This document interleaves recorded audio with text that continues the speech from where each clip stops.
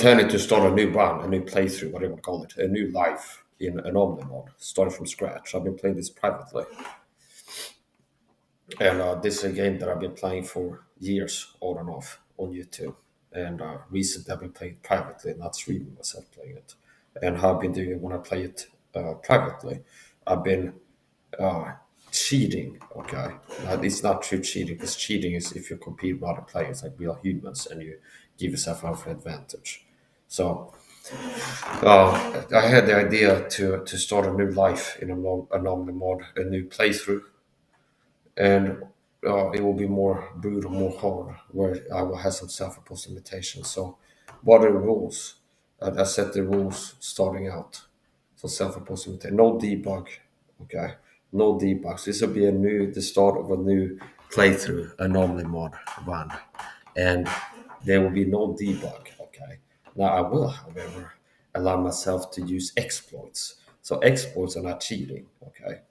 First of all, it's already made that if you're playing a solo single player game and you're cheating, you're not really cheating, because it's not like in the UFC and you do voids and other people not voids, and then you get an unfair advantage where other people lose because you cheat or something like this. So it's like you're playing solo, like GTA 4 solo, and you find some cheat codes where you can give yourself an AK-47 or something like this. Like, who are you cheating? NPCs or something like this. So it's like you're really cheating yourself of more gameplay value. A lot of times it's more fun if you don't use cheats. So here's the point. Now, so here's the rules for this new run. Okay, playthrough typically implies you're gonna finish the whole storyline, the whole game. Okay, so I could call it playthrough. Maybe a little bit imprecise, because playthrough, a lot of times people use playthrough. They're gonna start playing a game and play until the end, like it's finished. Okay, the whole game from the beginning to the end, like a slow motion speed run, pretty much finishing the whole game. So it's pretty much a playthrough is a speed run in slow motion. It was like from beginning to the end, beating the game. Only it's not like a speed run. So here's the point, okay? At the outset, I'm going to start a new life in the mod. Privately, I've been using the Debug console, which you can use to spot and stuff. So how I've been doing a lot of times as I play solo is I spot in 1,000,000 views. I get the heavy pockets achievement, and I give myself a nostril rogue suit, an exoskeleton, and I figure out that's a good one, and I upgrade it with the money I get. So for this playthrough, I will have it more brutal, no debug console, meaning no cheating. I'm not going to spawn in gear. I'm not going to be using the debug console. Okay. I will, however, use exploits and setting changes. Okay. Here's one of the things that I don't like about Anomaly One, the way that it is. It's a little bit too brutal. Okay. It's a little bit too grinding. The grind is too harsh in the game. Meaning, if you don't use the debug console and you start playing, it's very brutal. So it's not like you spend an hour. Oh, I had this much money. It's very brutal. Meaning, you don't make that much money. You don't make that much money looting bodies. You don't get that much money from uh, looting gear off of fallen NPCs and selling it to the trader. It costs a lot to repair your gear. Ammo is very expensive. It's like it's really of a brutal grind playing vanilla. Okay, really. So it takes time, and you really have to find a good strategy. So economics is a big important, like the strategy to success, and that's one of the things that I've learned playing this video game is economics is very important. So it's not just like what's the best gun. So if you're contemplating what gear you're gonna use, it's not just like, well, this gun here for us the 7.62 by 54 or it's more powerful. You can one shot some enemies and it's a more powerful weapon. So that's the one that I pick and use because the ammo for that is going to be more expensive. So a big part of economics, a big part of the game is the economics. Money spent, money gained. So that's really one of the most important things, as far as I'm concerned, is the economics. How much money you're spending, how much money you're spending.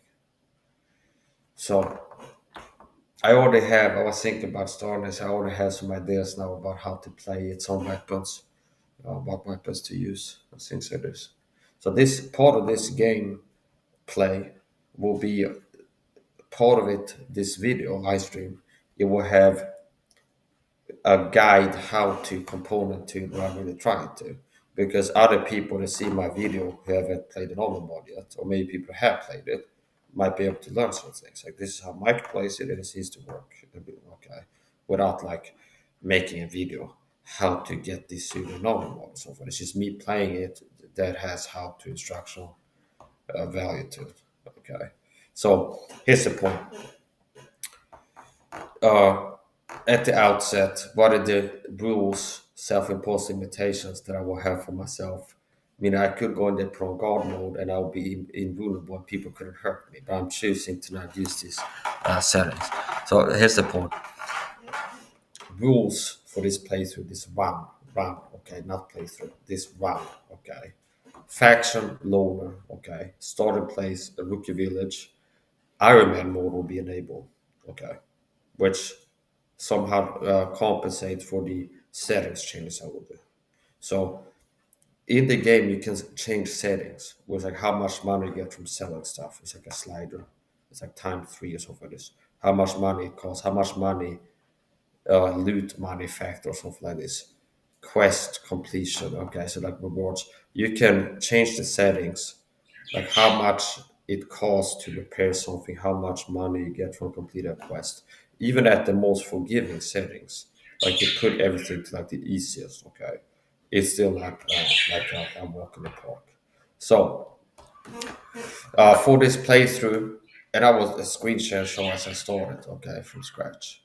No debug use. Okay, no debug console use. Meaning I'm not going to use the debug console. I will, however, allow myself to use exploits. Okay, so exploits are not cheats, and there's one exploit that I figured out that you can do that doesn't count as cheating. If you take a quest, if you go to Skadovsk, a lot of the traders, barmen, have a quest that's like a repeatable quest. Eliminate diurnal threat, eliminate mutators, mutants, and also tourist safari in the rookie village, Storm Village. There's a guy who stands outside of Sakharov's, what his name is, his bunker, and you can get a quest from him, which is repeatable. Like you can get a quest, eliminate mutants, and Tourist Safari. So there's 2 missions you get from him, and you can get them both at the same time. Tourist Safari and Eliminate Mutants. So it'll be one spot. This guy gets the job to go kill these mutants over here. And then there's another spot where it's like bring these 2 guys here, tourists, with you to hunt some mutants. Now here's what I figured out without cheating. How you can, this is something you can use as a money making exploit. And it's not to the point because boring it's too easy. You still have to put in some work. Okay. So you take the quest, you go to a rookie village, you take the quest, both quests from this guy. This stands for an RPK, whatever it's got, RPD, RPK. He's got some kind of machine gun, not machine gun. Well, he's got a machine gun. You take both quests, and then you can go and just sleep. And then update, it's finished, and you go and collect the rewards. So how that works is when you get the mission, I don't know if the game spawns the mutants at a certain spot as you click accept mission or not. But it's like you go to the guy and it's like, I'm paying you, your job, this quest is to go and kill these mutants over here. Okay, these coordinates. And other mutants are there. Take the quest. And if you go and sleep, and there's an emission while you sleep, the emission will kill mutants and stalkers, like NPCs out in the open. Which means, like, as the game goes, it's like generate this quest as you take it, spawn in a group of mutants over here, and then the algorithm is like, if all of these mutants die, it's like it counts as completed quest. And they don't know if I go there and kill them or one of my squad mates or something else. It's like the game is like, pay this guy to kill these mutants, accept the mission, and then if these mutants die in any way, all of them, I guess it counts as, oh, the mission is finished. You took the quest to kill these mutants, they're dead now, and you get the reward. So since there's a mission dynamic in the game, and you can also change that, the settings, like emission frequencies, things like this. You can put it to what, 12 to 24 hours, there's an emission. If I take the quest, kill these mutants, and I go to a bed and I sleep for like 12 to 24 hours. It's like, mission updated, quest updated, because they're dead now. I can go collect the reward without going and killing them. Okay, which costs money because you might get in a firefight, you're spending ammo, things like this. So that's an exploit that I figured out in the game that you can do. That's kind of cheating. It would be like same type of stuff. It's like there's a secret way to get to this part of the map. Okay, it's like you push this box next to this wall, jump up, want to jump to this truck, get on the roof, and that's a sniper spot where you can more easily kill these enemies. Stuff like this. That's not a cheat. It's like something that you can do inside the game that's not like breaking the game. Okay, it's an exploit. Or if you squeeze yourself in here, you can get to this room that has a secret loot, and it really it wasn't designed for you to be able to do that, but it's like it's something that you can do in the game. See? So, uh, yeah, no debug console, aka no cheats. Okay, I will, however, use exploits if and when I deem that to be appropriate. So, uh, yeah, okay, and I will use Iron Man mode, and I will put the settings to the most forgiving. Okay, the most forgiving settings. Once again, it's not cheating. Okay, I can't debug console. That's cheating. Okay, now set all the settings the way that I want them. Start playing, and yeah, no debug console. I will play Iron Man mode. So what is Iron Man mode? Iron Man mode makes the game even more brutal. So normally in a video game like this, if you don't make Iron Man mode or normal mode, you can start playing, keep playing, and then you can save the game. And then it's like you die. Okay, I saved the game, and before getting into firefight, I go here, I die. It's like reload the game. And you can do that as many times as you want. So you can save, you die, you reload, you save. Iron Man mode means there's a certain amount of times that you can die, and you can set that yourself to even just one life. And if you die this predetermined amount of times, you cannot reload your save. So if I would put it to the hardest Iron Man mode setting, it's like one life, okay, no life granted, just one life. That means if I start playing, if I die, all the save games are done. As long as I don't die, I can save and reload. But if I die, it removes all my save games. So it's like game over, and you can't like reload. So it's like this one is over now. So what I'm gonna do, I'm gonna enable Iron Man mode, and I think I set it to 3-3. Iron Man mode 3-3, meaning 3 lives, 3 days life granted. Okay. So I'm a you could call it a veteran stalker game veteran. I've been playing this game for years and years. I own all 3 games on Steam. Okay, Call of Pripyat. I think they might have a bundle. Call of Pripyat, Shadow of Chernobyl, and Clear Sky. I own all 3 in Steam, and I would recommend that you buy the games. Okay, you buy the original games. That would be my recommendation if you really want this. Maybe you download the original games. Call of Pripyat, if you're gonna pick just one of them. Uh, Finish the vanilla game, and then you can play on one. So, anyway, we got to get into it here. I'm also going to change my settings.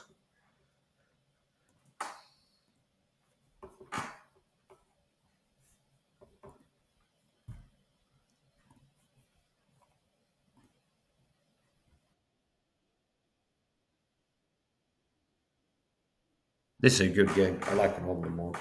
Uh, Gameplay to file size ratio is very good with Anomaly mode and also the original games. Gameplay to file size ratio. Nowadays, a lot of games, if you buy it on Steam, it's like 90 gigabytes. And it's like, what are you getting for this amount of money and this amount of space occupied on a hard drive? Which is an important metric for me, okay? I'm constantly having to be like uninstall stuff. Is it okay?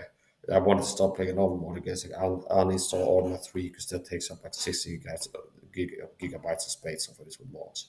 So gameplay value to file size ratio is very good with normally mod. Okay. Here's another thing with our modern games where they overcompensate with aesthetics and graphics, and it's like candy visuals. Okay, where it's like let's see, where it used to be gaming earlier gaming. game developers who put more time into the storyline and more work into like details and like maximizing the amount of gameplay value from the platform. Okay, so if you look at one of the best video games ever, in my view, Metal Gear Solid 1 on PlayStation, made by this hideous creature Kojima. Okay, hideous Kojima, the most hideous Kojimbo. I call him Kojimbo, codename Kojimbo.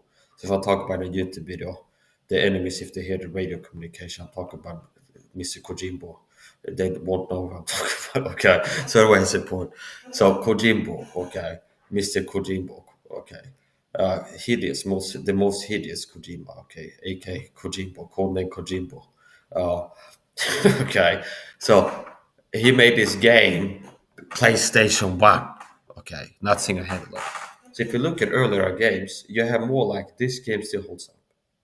Napoleon Total War, for example. When was that released? 2007, 2008. One of my most favorite games. Now, with some of these games, the mods really help. Like I used to play Napoleon Total War. Later on, I downloaded Darth mod after years of playing Napoleon Total War. And it makes it even better. Because I guess when it was released, one of the things that Darth mod changed from Napoleon Total War is, let's say it was released like 2007, Napoleon Total War. And it's like a limit to the average guys, not like a high-end gaming PC, but like what most people have at home. It's like RAM memory limits, megahertz of the processor and hard drive space and everything. It's like, yeah, we can make this game be like this with these graphics, but we can't have group like units where the battle like 50,000 men, which you might have in real life. Where they have like the Russians fighting the Poles or something, they say be like 20,000 men on each side, like 25, 30. Okay. So it's like to make this game, yeah, we'll have it as historically accurate as possible, but we can't have like 20,000 individual soldiers in a battle because the average guy's computer, the RAM memory limits, everything, like couldn't handle that. It would crash or overheat, like you couldn't do it, and you had to like turn the graphics down a lot. So Doors mod is a good mod for Napoleon Total War because like okay, now most people have powerful computers to where you can have more units. Okay, and the mod kind of unlocks you can have epic, massive battles more close to the historical. So anomaly mode, I really like it. Okay, and like I said, Stalker Color Pripyat and the anomaly mode, a really good gameplay value to file size and money spent ratio. Okay, so a lot of game sizes they have glitzy graphics, and it's not really that doesn't have that much soul in it. I remember I have many fond memories playing Call of Pripyat and like these original games. Okay, and the atmosphere and just like go on a vacation. This game brought good times in there. Okay, so the gameplay value to size and money spent ratio is really good with these games. Whereas you might, it's like I enjoy myself about as much, if not more, playing an omelet mode. It's like okay, what I'm getting out of playing it. As maybe downloading Arma 3 and all these XR modes and playing that. It's not like wow, it's a lot more fun to play Arma 3 XR. So that's about maybe 90 gigabytes with all the mods downloaded. And this is like what less than 11 and free. Now, I would recommend that you download an Omni mod if you don't own at least one of these games or like the whole trilogy, as a matter of fact. So, okay.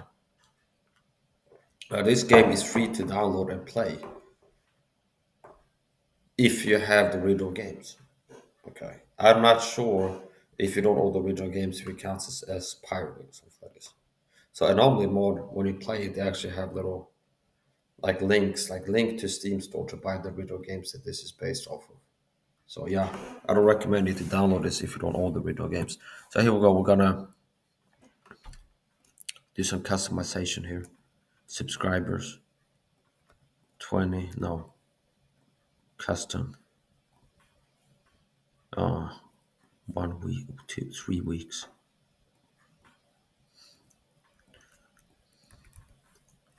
Okay.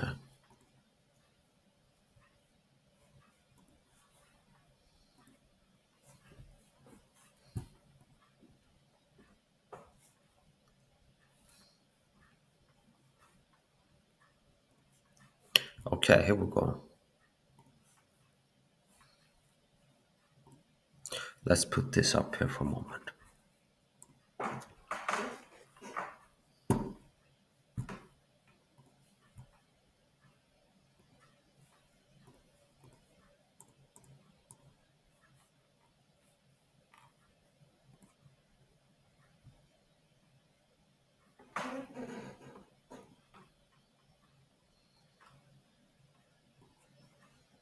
Also, if you're a gamer, and you watch this gameplay and you got a gaming YouTube channel, big or small, think, oh, maybe I'll stream this.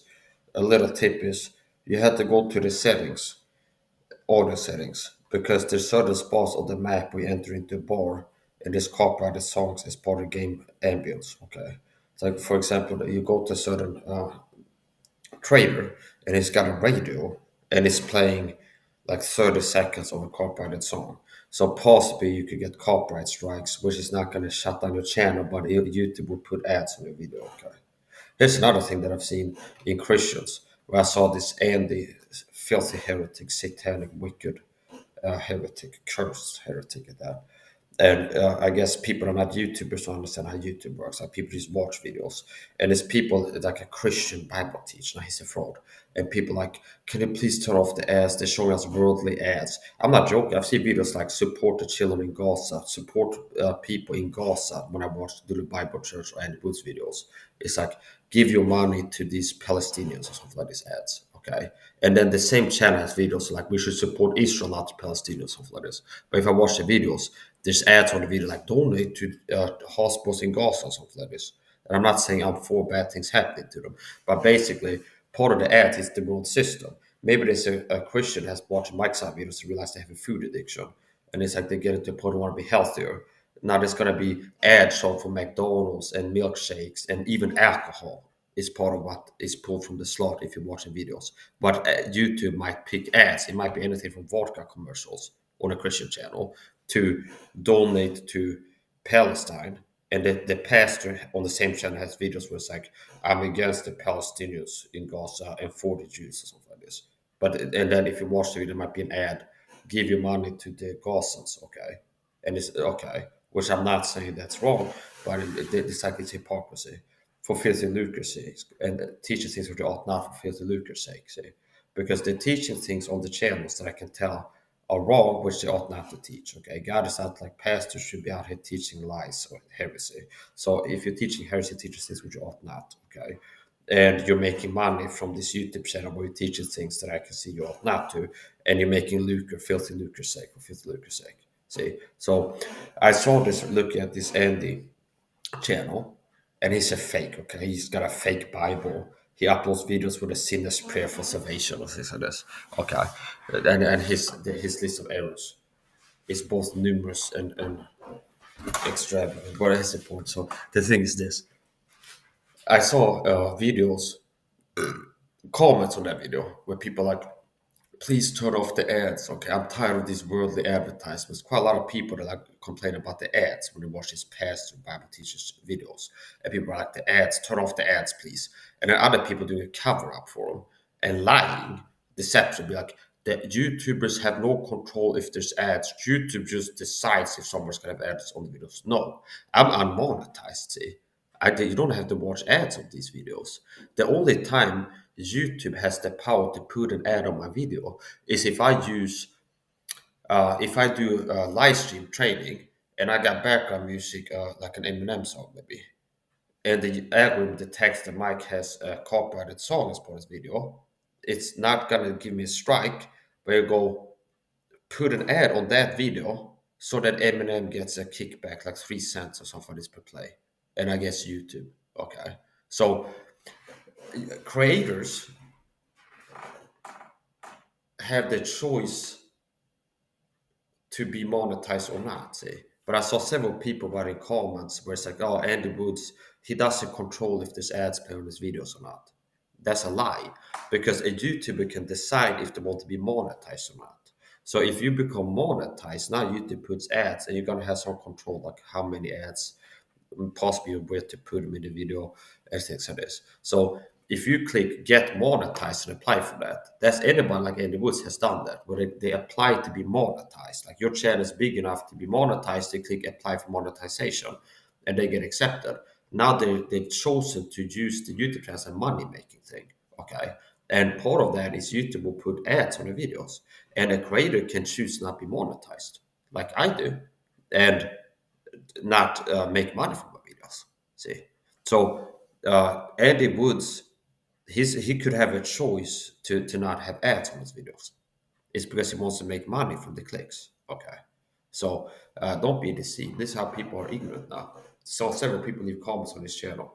It's like whining about the ads, complain about the ads. Okay, it's like turn off the ads, please. And another person like turn off the ads. It's like these worldly interruptions in the video. Okay, and then some other person will come there and write a comment. YouTube creators have no choice if YouTube puts ad on the videos or not. He's like forced to something like this. No, he's monetized. So he decided to make his channel monetized to start making money from his videos. Okay. And he could choose not to be. Now the exception, like I said, will be even people like me that are not monetized, didn't even apply to get monetized yet. If I use a copyrighted song in my video, I might go check after I finish uploading it, where it's like this is a copyright claim, and it's like no strike, but we will put ads on the video, and they get this ads playing, but I don't get any money. It goes through copyright holes, I guess, like Sony Entertainment International. So it gets 3 cents every time someone clicks my video, because part of it was a song, was part of the video that they own the copyright to. Okay, so whatever. Um,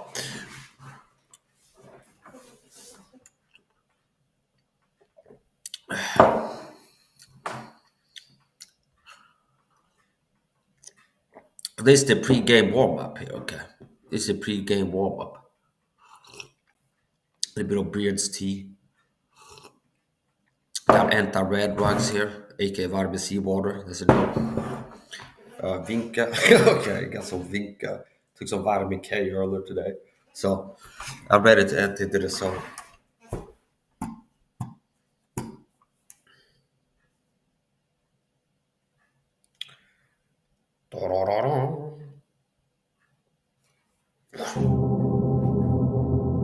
So here we are, Stalker Anomaly mode. New game. And this I'm playing, it's Stalker Anomaly 1.5.3. Yeah, so to finish the point, okay, I got carried away. If you're a person who's a gamer and you watch this video and you think, oh, maybe I'll play that game he's playing on my channel, just be aware that I would recommend, okay, first of all, never try to knock the truest. Do not look stupid. Don't ever in your life try to knock the truest. I spit the illest shit ever. Okay. So first of all, okay. Secondly, here's a little friendly reminder. Okay, friendly reminder, everybody. Okay. If you're gonna stream this game, I would recommend you go look through the settings, the audio settings, because there are like radios or the song. It is a setting there. Well, if I just start playing, I run into a certain spot. There's a copyrighted song playing. So if you're sharing the audio of your gameplay, there's gonna be a copyright song in there, and YouTube might put an ad on it. Okay. So, uh, that aside, here we go. So I've started out playing the original vanilla games. Okay, years back, many moons ago. Okay, many moons ago. Then I went to mods. Stalker call. I haven't played Gamma, that mod. I played, what's it called?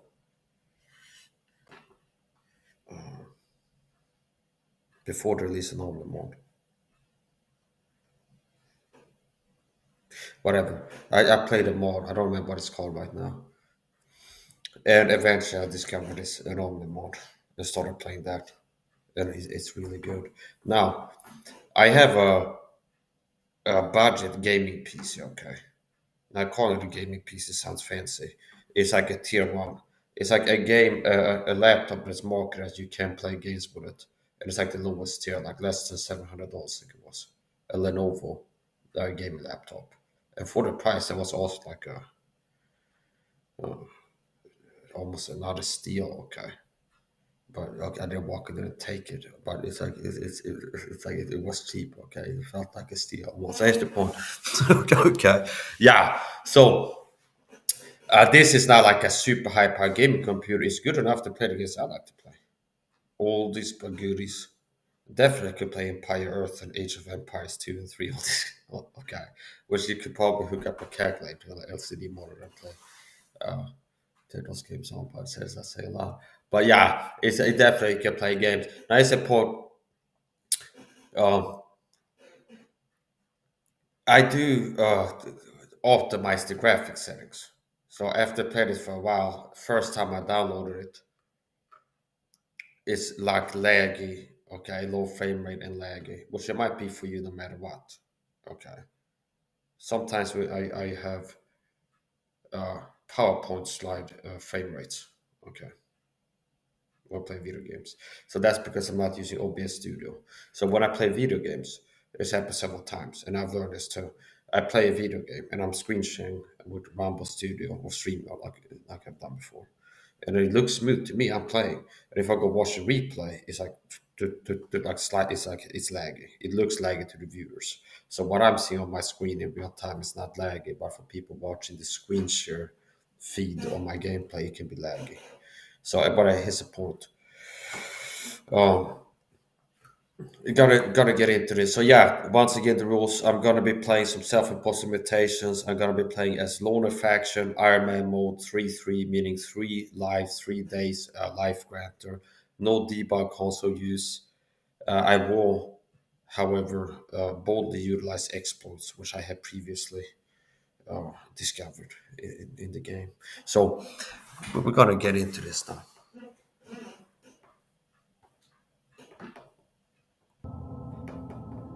Stock Anomaly 1.5.3 Mod of the Year award. Okay.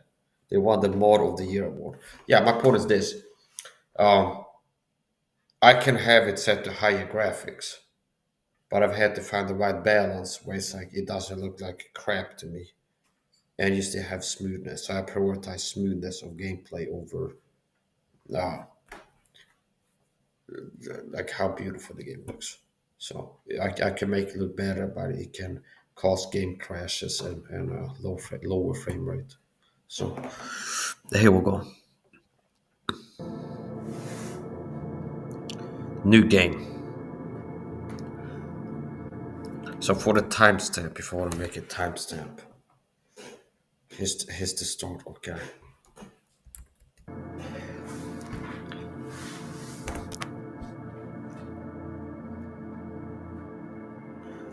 I'm gonna be starting at Rookie Village.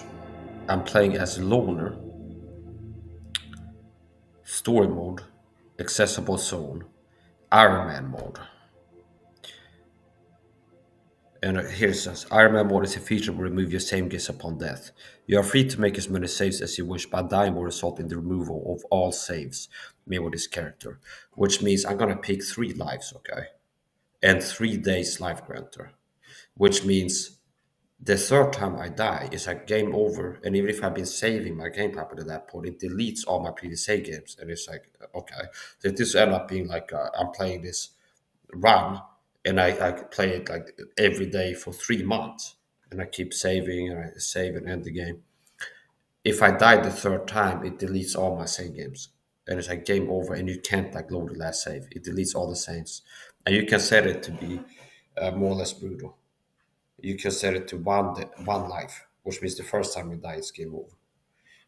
I'm gonna set it to 3-3, meaning 3 lives and 3 days life granter, which means if and when I die the first time, starting with 3 lives, there'll be 2 lives left, and 3 in-game days later, I get a new life. So it's like if it goes to 2, and I survive 3 days in-game days without dying again, it goes up to 3, and I'm back to 3 lives again. Okay. Now, if I die 3 times before being granted new life, it's going to be game over. So that's kind of like a good balance. Okay. So this will be hard, more or less, but not too hard. And I'm going to show you how I do this. And I figured out some things that work. So, Iron Man mode, 3 Iron Man lives, life granter, 3 days. Okay. So every 3 days, in game days, I get a new life. Which means if I'm down to my last life there. Now cats supposedly allegedly reportedly have 9 lives, okay? All right. I don't know how if your cat has died secretly and he's well, whatever. But he could have died 6 times and you don't know how many lives he got left. So what is the point? Um, so I don't know if you heard about the new Pope being elected. Catholicism is fake Christianity. Hey Mike, what do you think of? Hey Mike, what do you think of the guy in the back? Hey Mike, what do you think about the new Pope? I'm disappointed. Okay, this should be true to the name. They should have elected an actual cat as the head of Catholicism. It's not real Catholicism. Like if they really want to have Catholicism be pure, they should have a cat being the Pope. Okay, Catholic. Okay. And then the cat will be licking things, and like if it gets babies, the cat will be licking its babies and taking care, like working to raise little cat babies off of this. So yeah, unless they make an actual cat the Pope of Catholicism, uh, I'm not into it. Okay, like if they made it like a troll face, where it's like they elect they repurpose it from what they got now to like a troll face, where it's like the hell look, there's a cat, and they dress up the cat in like a pope suit and like live stream it. It'd be okay. I like to have these octopuses picking numbers or who's gonna win the World Cup and stuff like this. If they made it like that, possibly I could enjoy it a little bit. But here's the point: Catholicism is fake. Okay, Catholicism teaches works plus faith. Okay, salvation is by faith law, which means you say by believing the gospel. So Catholicism is a faith work system, meaning they teach. Well, and some people like, oh, but Mike, I'm not Catholic. I'm a Christian too. I believe in Jesus and He died on the cross or something. This the issue is they add works to faith. So I'm faith law free ways means I teach you saved by believing the gospel, only that. Okay, which is what faith laws means. Only faith in the gospel to be saved. See. Now, Catholics are like, yeah, they will be like lip service. Like, yeah, Christ died on the cross for our sins. And we talk about it, okay, what he did for humans and dying for sins. But they don't teach what I do. Like all you gotta do is believe the gospel, go to heaven. They teach you gotta believe in Christ and what he did for you, and you have to pray. You have to kiss Mary statues. You have to give money to the poor or something like this. Whatever they have some works for you to do. So it's faith plus works, which is a heresy. True salvation, real Christianity, it's salvation by faith alone, only faith in the gospel. That's what I teach. I teach you saved by believing the gospel only that. Catholics teach, yeah, Christ died for your sins. You should believe in that, and He shed His blood for your sins. But you also have to say prayers, the rosary, uh, whatever they have works. Do this, don't do that. So it's like faith with, faith and, faith plus is their system. It's not pure faith. No, for salvation.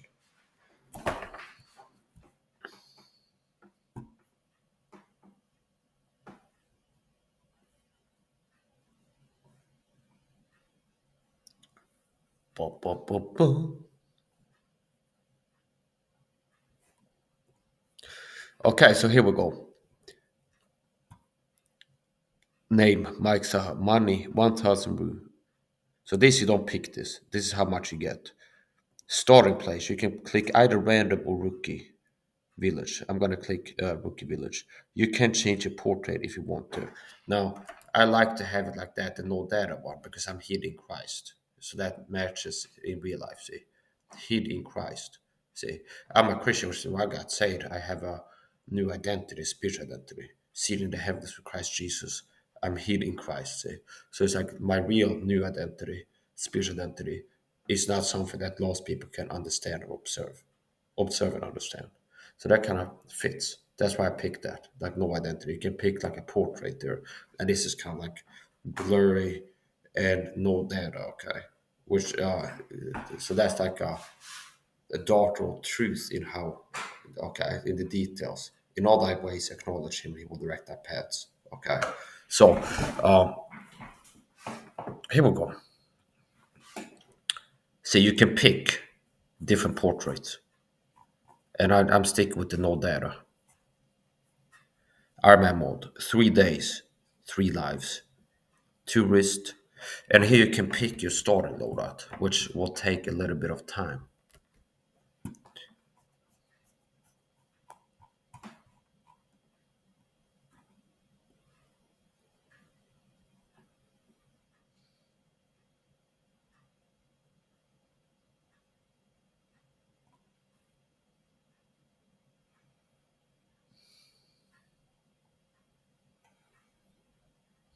Beans,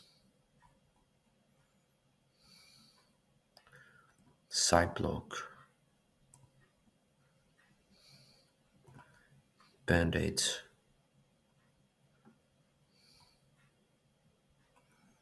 this,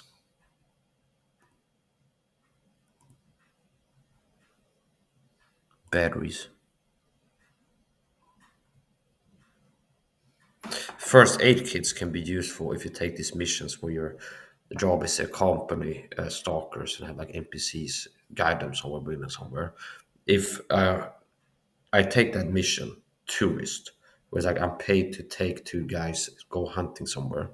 If they get in a firefight, they get injured, one is on the ground. There could be an animation where they don't die and like wounded on the ground. If you have a med kit in your inventory, you can go up and there's a dialogue box where you can here have this. You give the med kit and it's like revived. Okay, so if you take these missions where you have either NPCs part of your squad, long or term, long or short term, it can be good to have at least one med kit in there, or one for each guy.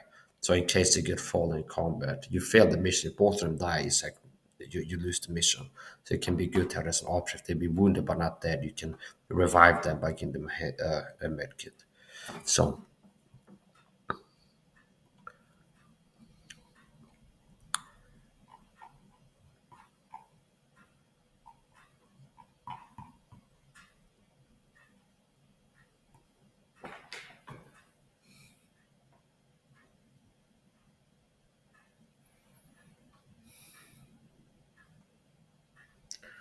a call.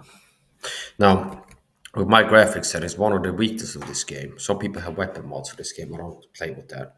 The optics are kind of bad, at least with my graphics settings. With the ACOG, for example, I really don't like it. Okay, the optics are kind of bad, and also now this can change with the settings.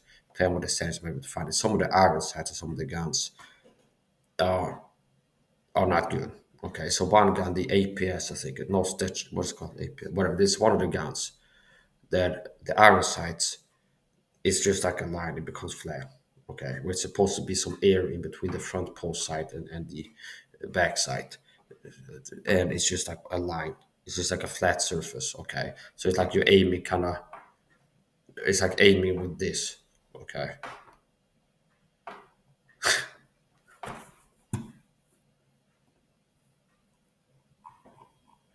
antibiotics. What else?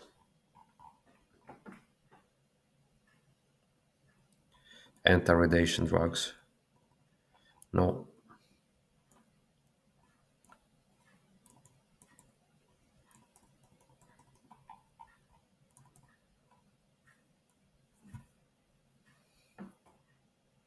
Okay, here we go.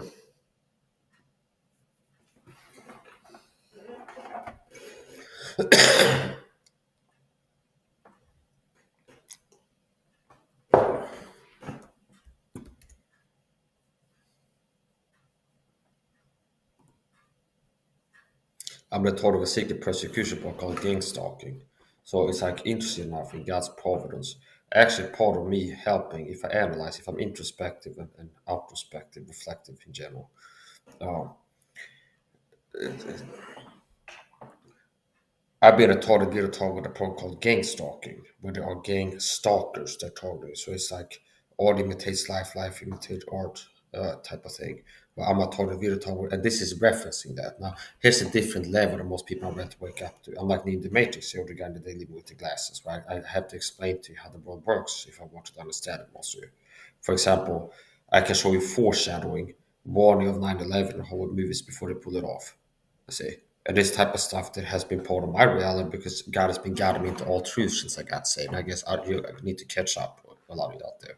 Okay, like two tomatoes walk over the road, and then a car hits one, and the other tomato turns and go, "Hey, catch up!" See, yeah.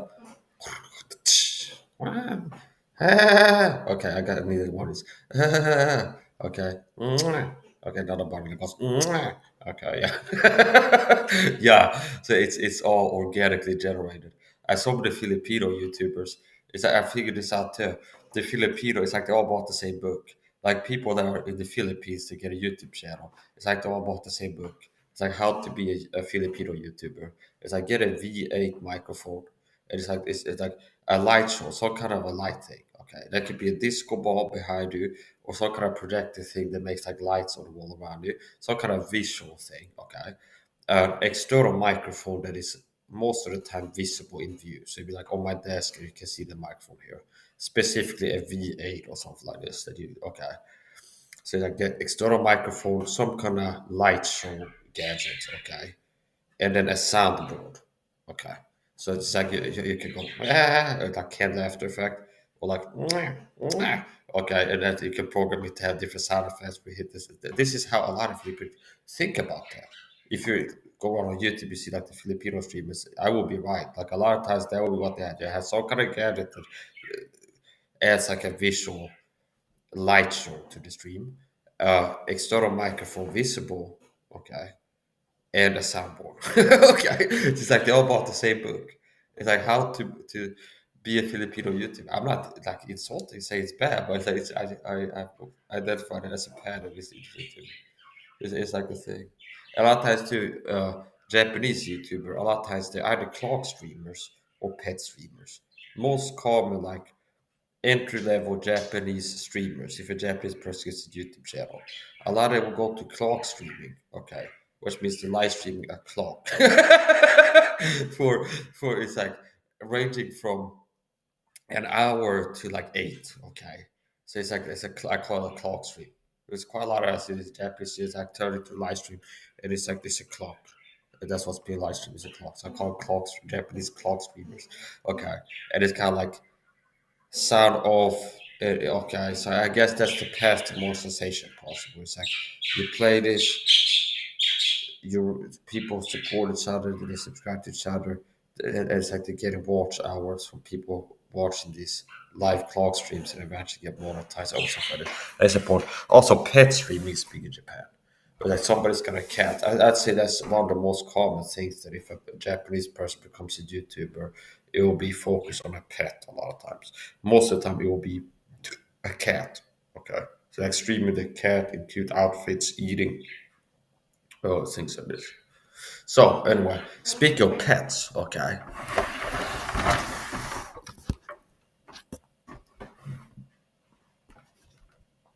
here's my bird,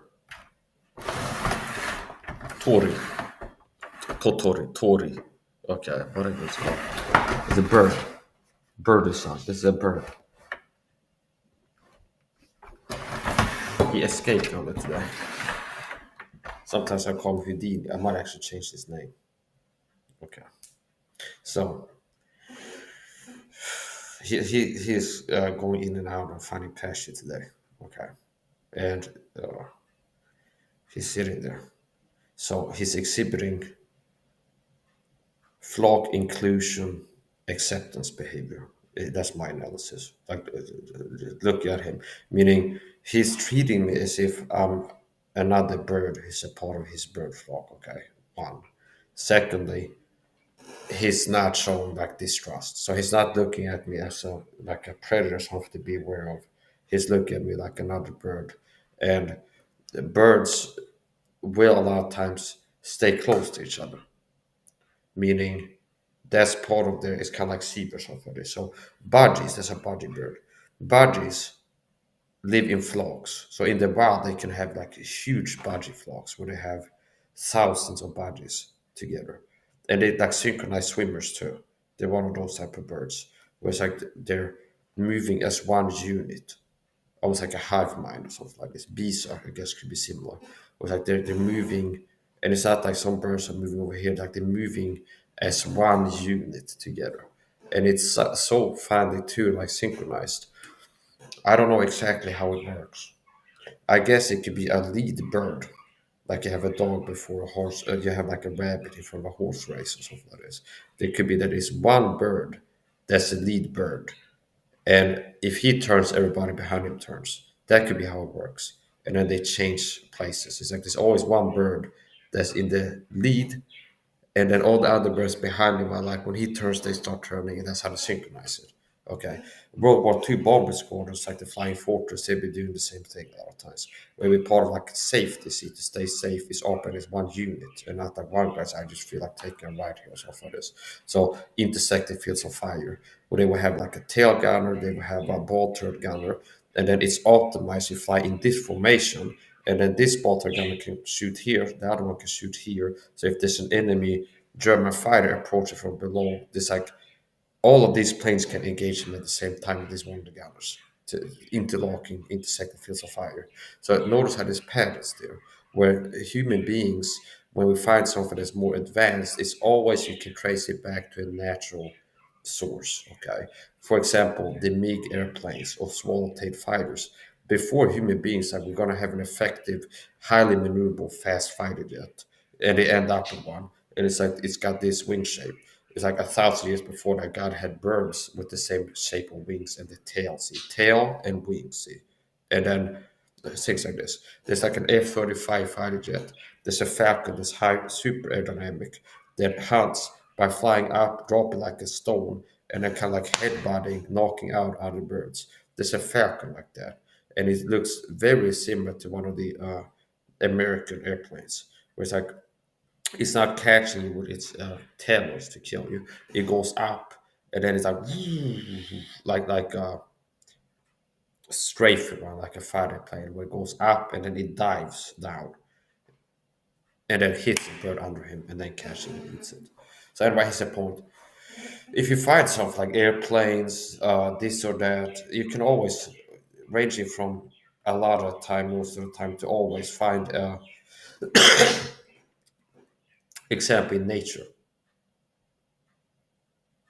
For example, people have figured out optimal blade designs. If you look at knives, for example, a dagger blade, this type of blade. Before that, you had leaves or plants that looked like blades. See, I thought about this. Sometimes, if I'm in the garden, I look at flowers. I can see how the uh, like leaves around it are shaped like a dagger blade or another type of knife, which I here's the value, and then there's something that if you think about from a certain perspective, you have a flower, and then you have these uh, things going out from it that look like blades. See? So here's value, and it's being protected. See, there's value here, the beautiful flower, and there's like just like in the symbolic. See, if I walk into this leaf, even though it's shaped like a dagger blade, it's not gonna like stab me, but it looks. I'll show this to you.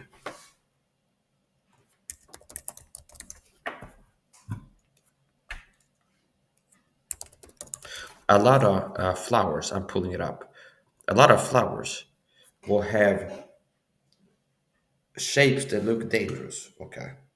So you have a rose, obviously you have the thorns there. Okay. So here's the value. If you think that you're like a frog that wants to go and get this value of like the beautiful uh, rose petals up there, you had to like get through all this. Like if a frog try to get to it, you had to like climb, and there's like these thorns going at it.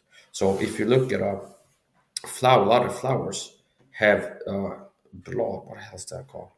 Leaves, okay, around it. So here's the flower, and there's like leaves going out that are shaped like if you make that metal, it'd be an effective fighter weapon design, like a spear tip or a knife, which is very interesting. If you look at this, for example,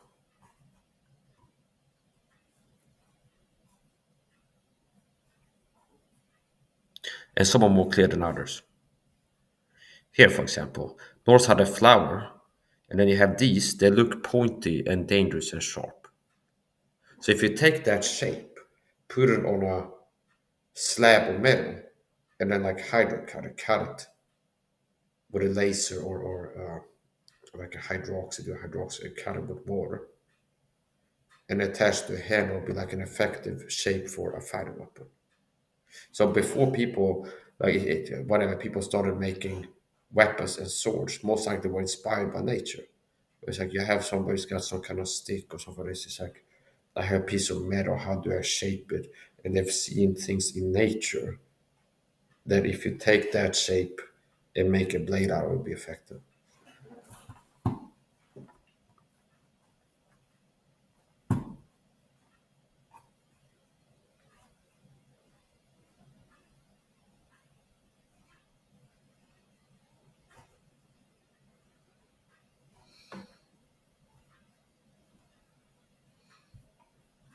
Yeah. So anyway, I'm a persecuted Christian taught with a talk with a secret probe called gang stalking. And what that means is people online in real life will get told, recruited to persecute when talking to voice. And interesting enough, I'm a person that has, I am a target video talk with gang stalking. So basically, there's like this video game being a target video. There's things that apply in this game world that's helped me in real life. Okay, it's been helpful. For example, you have hostile stalkers in the game world. See, you have an energy drink, B complex vitamin C. So before I got to a point where my health was suffering from what I are targeting, including but not limited to direct physical assaults. Okay, chemical warfare is this. It's like I was at TI playing like before I got to the point where I knew what target was and like realized I was being targeted. Where I was like a loner playing video games at home, this video game. And a lot of the same strategies apply to real life targeting. Where being a target video, going outside, you're there's a risk of hostile stalkers. See, gang stalkers. People work fire markets for this gang stalking program. They can spray you with chemicals, is it is. And that's one of the metrics in the game, one of the like chemical. Like if you upgrade the suit to protect against different environmental effects in the zone where there's hostile stalkers that are danger to survival, that chemical protection is one of them. We can upgrade the suit and more chemical protection.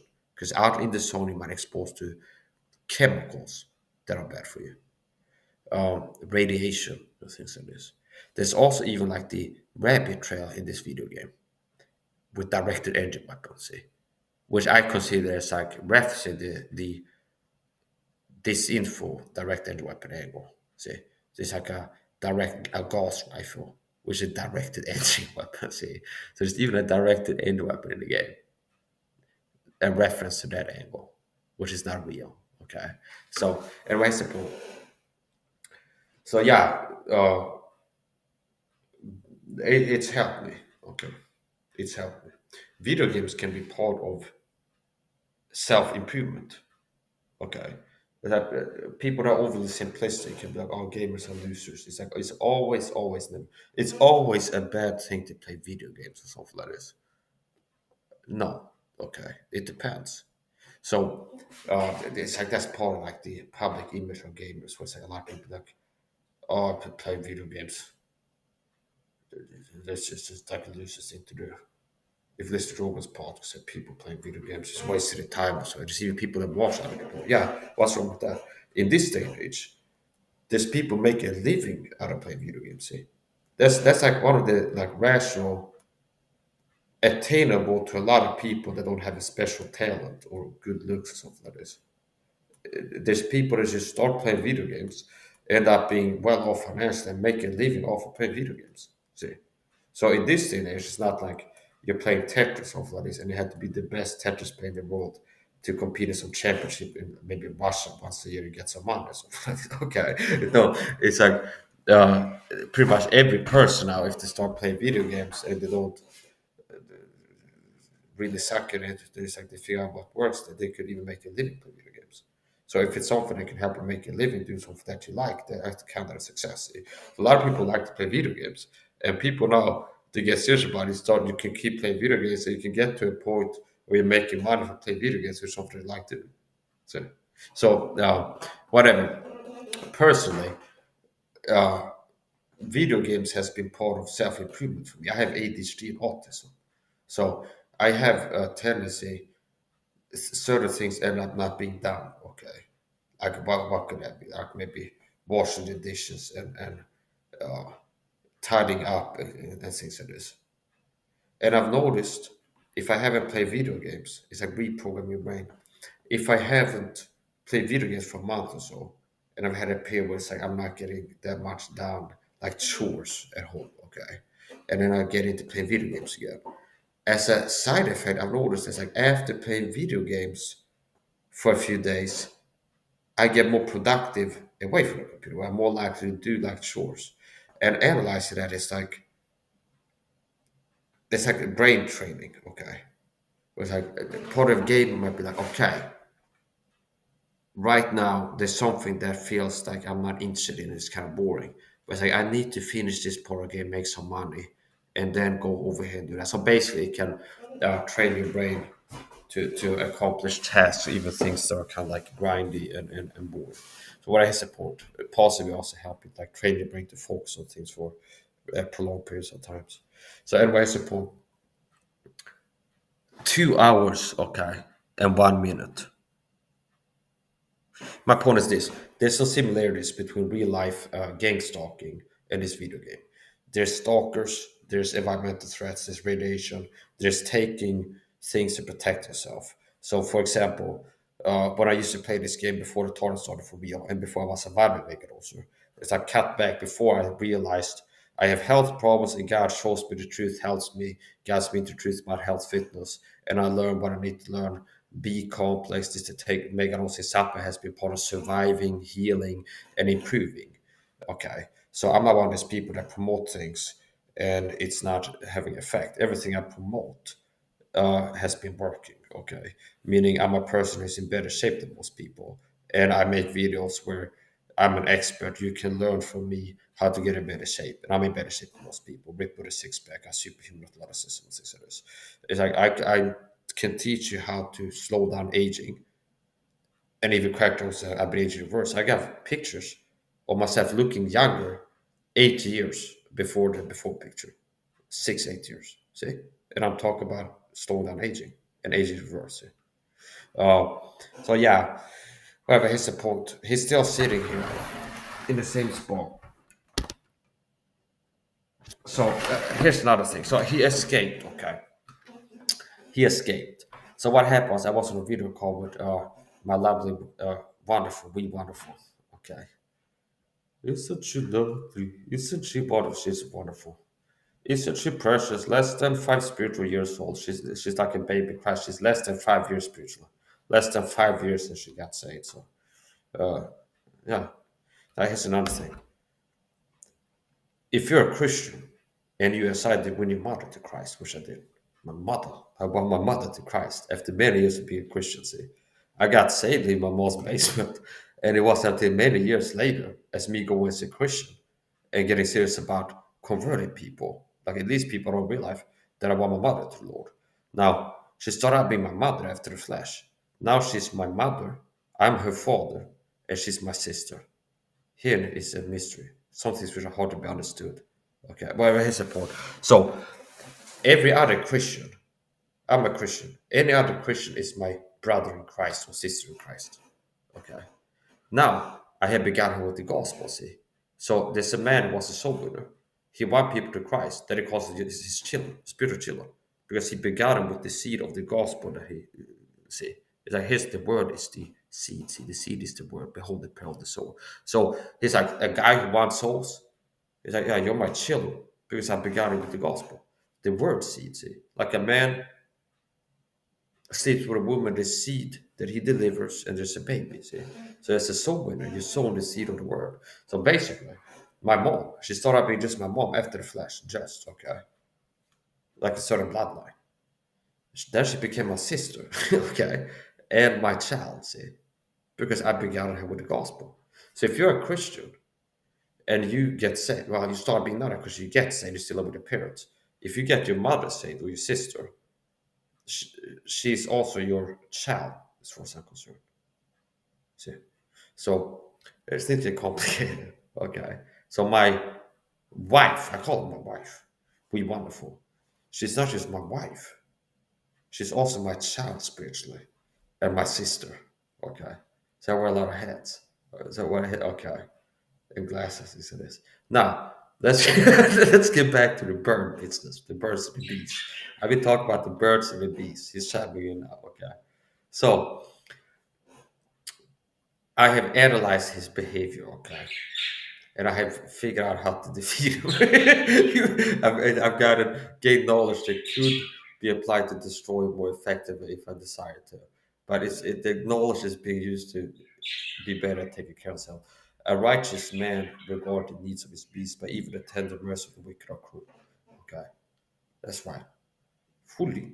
Okay. So what is the point? So yeah, he escaped earlier today. He escaped. So what happened was I was on a video call with my wife. Okay, you're not my wife. I show like the camera angle, so that the bird cage is there. Yeah. Okay.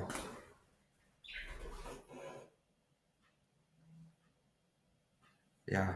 They say never work with make live videos with animals or children. I think it's made it better. Okay, do a cameo. This this it's better to show than to tell all times. There's a bird sitting over there. Okay, it's better to turn on the camera. There's a bird sitting. Okay, so this song is more cowbell. It's like this Mike's live stream needs more Budgie visuals, stuff like this. He's talking about let's review myself. So those are his climbing over there.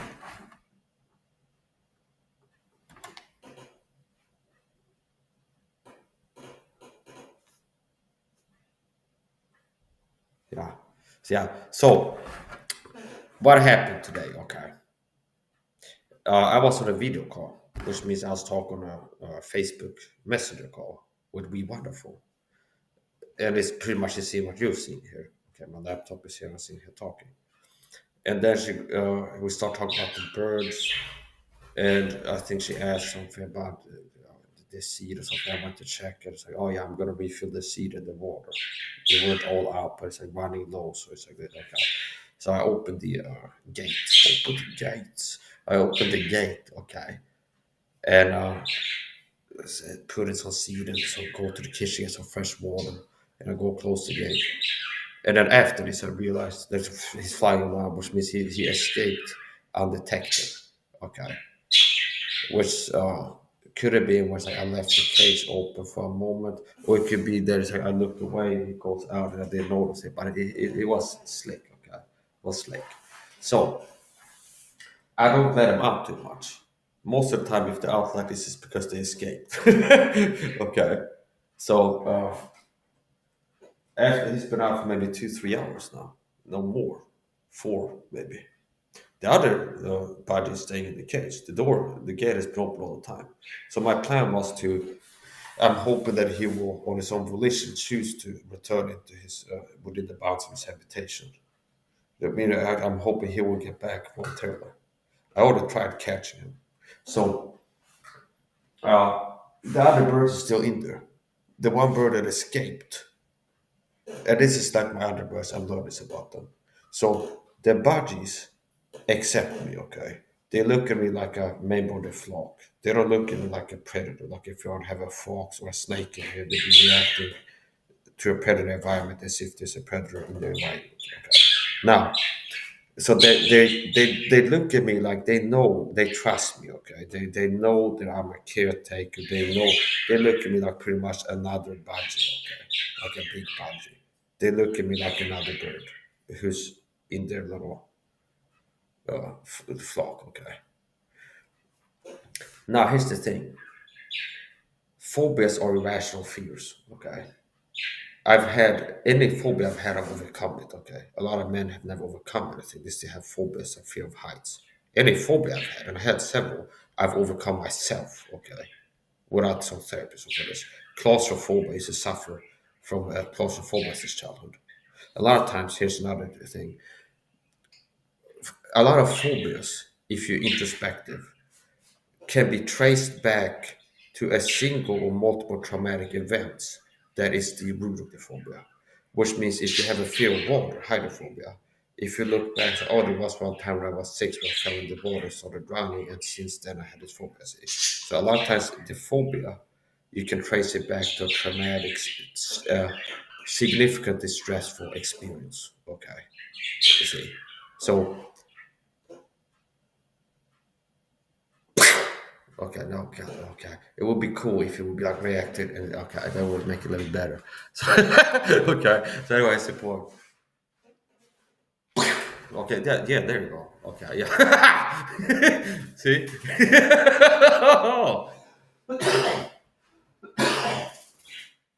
And he repositioned himself. Okay.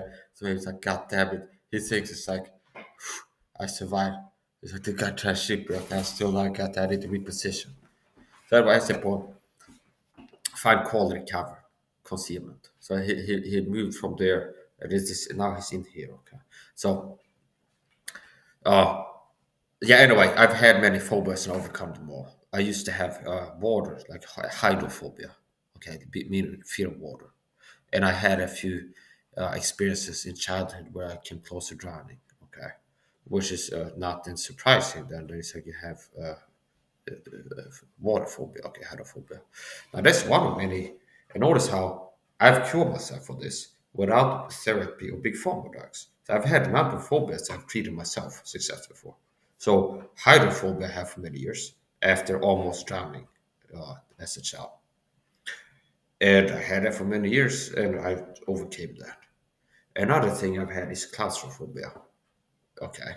Which, and as always, you can have a range of sensitivity levels. You can go up and down enough to the point where it's cured. Okay. So, claustrophobia I had that too, which means it's a phobia where somebody, so once again, this degrees of what the problem is. So for some people, it can be enough you get tightly hugged by grandma and you start panicking. Obviously, it's like your grandma hugs you, and you feel like you're constricted, and you start having a panic attack. If you, that some people can be that sensitive. It's like, oh, let me go, okay. Some people, it's like they had to be locked into a small room, which are clearly hard to get out of the situation, or something like this, okay, for it to like be like really boring them. For other people, just be like in a small room, even if it's really this door that you can open. So it's like irrational. It's just not that you feel like this. I can't get out of here. Stuff like this. So that's a point. That's another phobia that came that I had this child, claustrophobia. I had that for many years. Hydrophobia, fear of water, and basically, and some of this applies to being able to the coaching for other individuals because I've analyzed this, and a big part of psychological target you get from the program, it mirrors phobia formation. So that the problem is the same. The sensitization campaigns. See, being a person I've had to overcome myself, phobias, call myself for that, and analyze these things, and being taught with this game stalking. I've got to a point where it's like what I've learned about phobias and how to overcome them and how they are formed applies to the gang stalking, see, exposure therapy. So, see, so for example,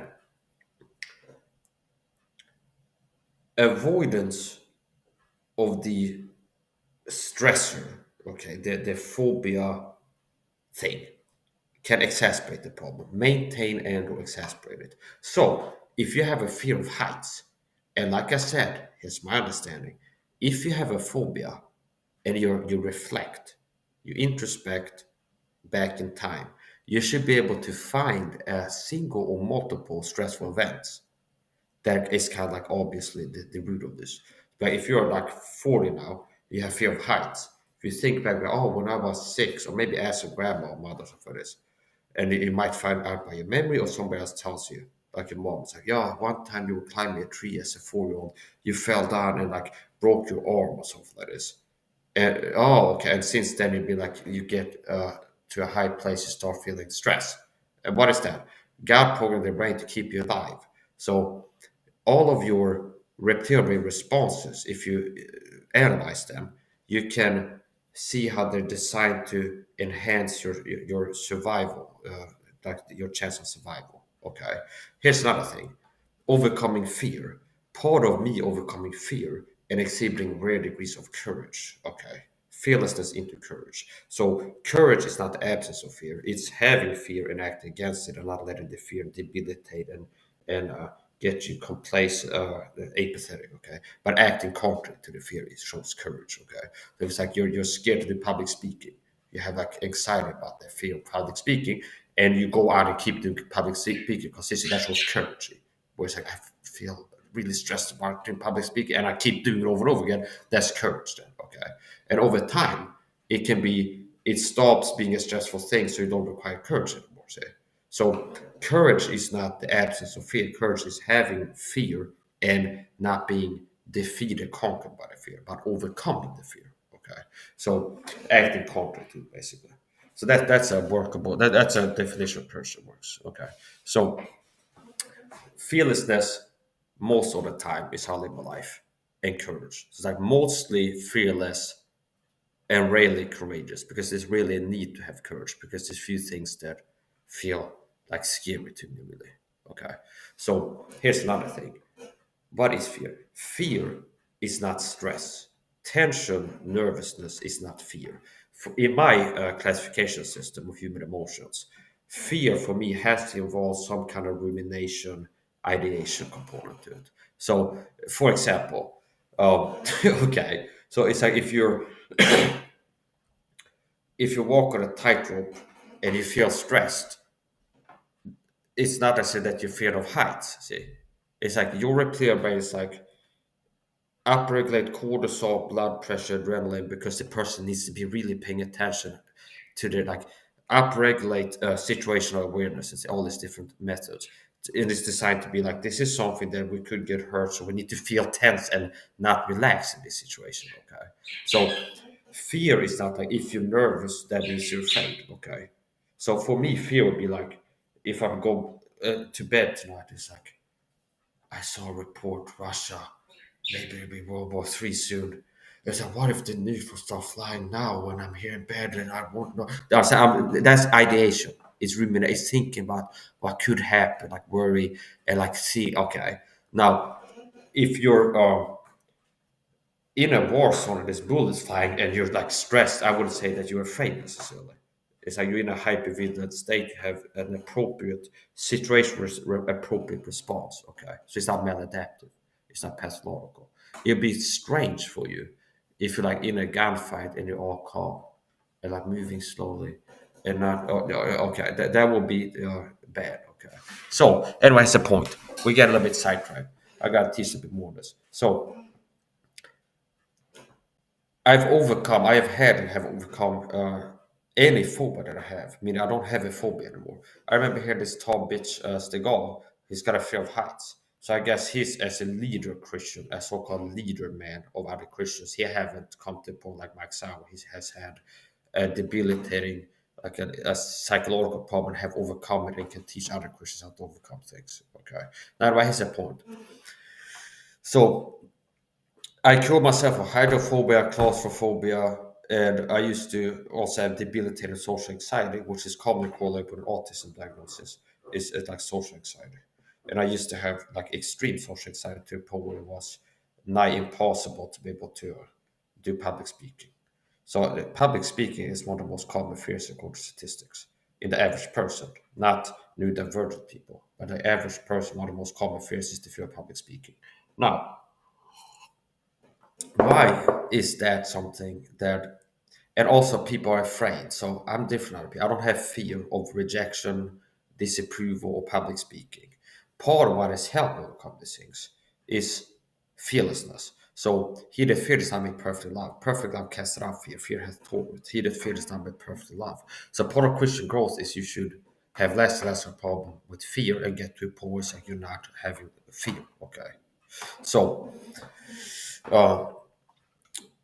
if you analyze this, the natural part of man is like it's survival program, like reptilian brain programming. It's like a snake is something that could kill you. Some snakes are venomous, so you can kind of see how it makes sense.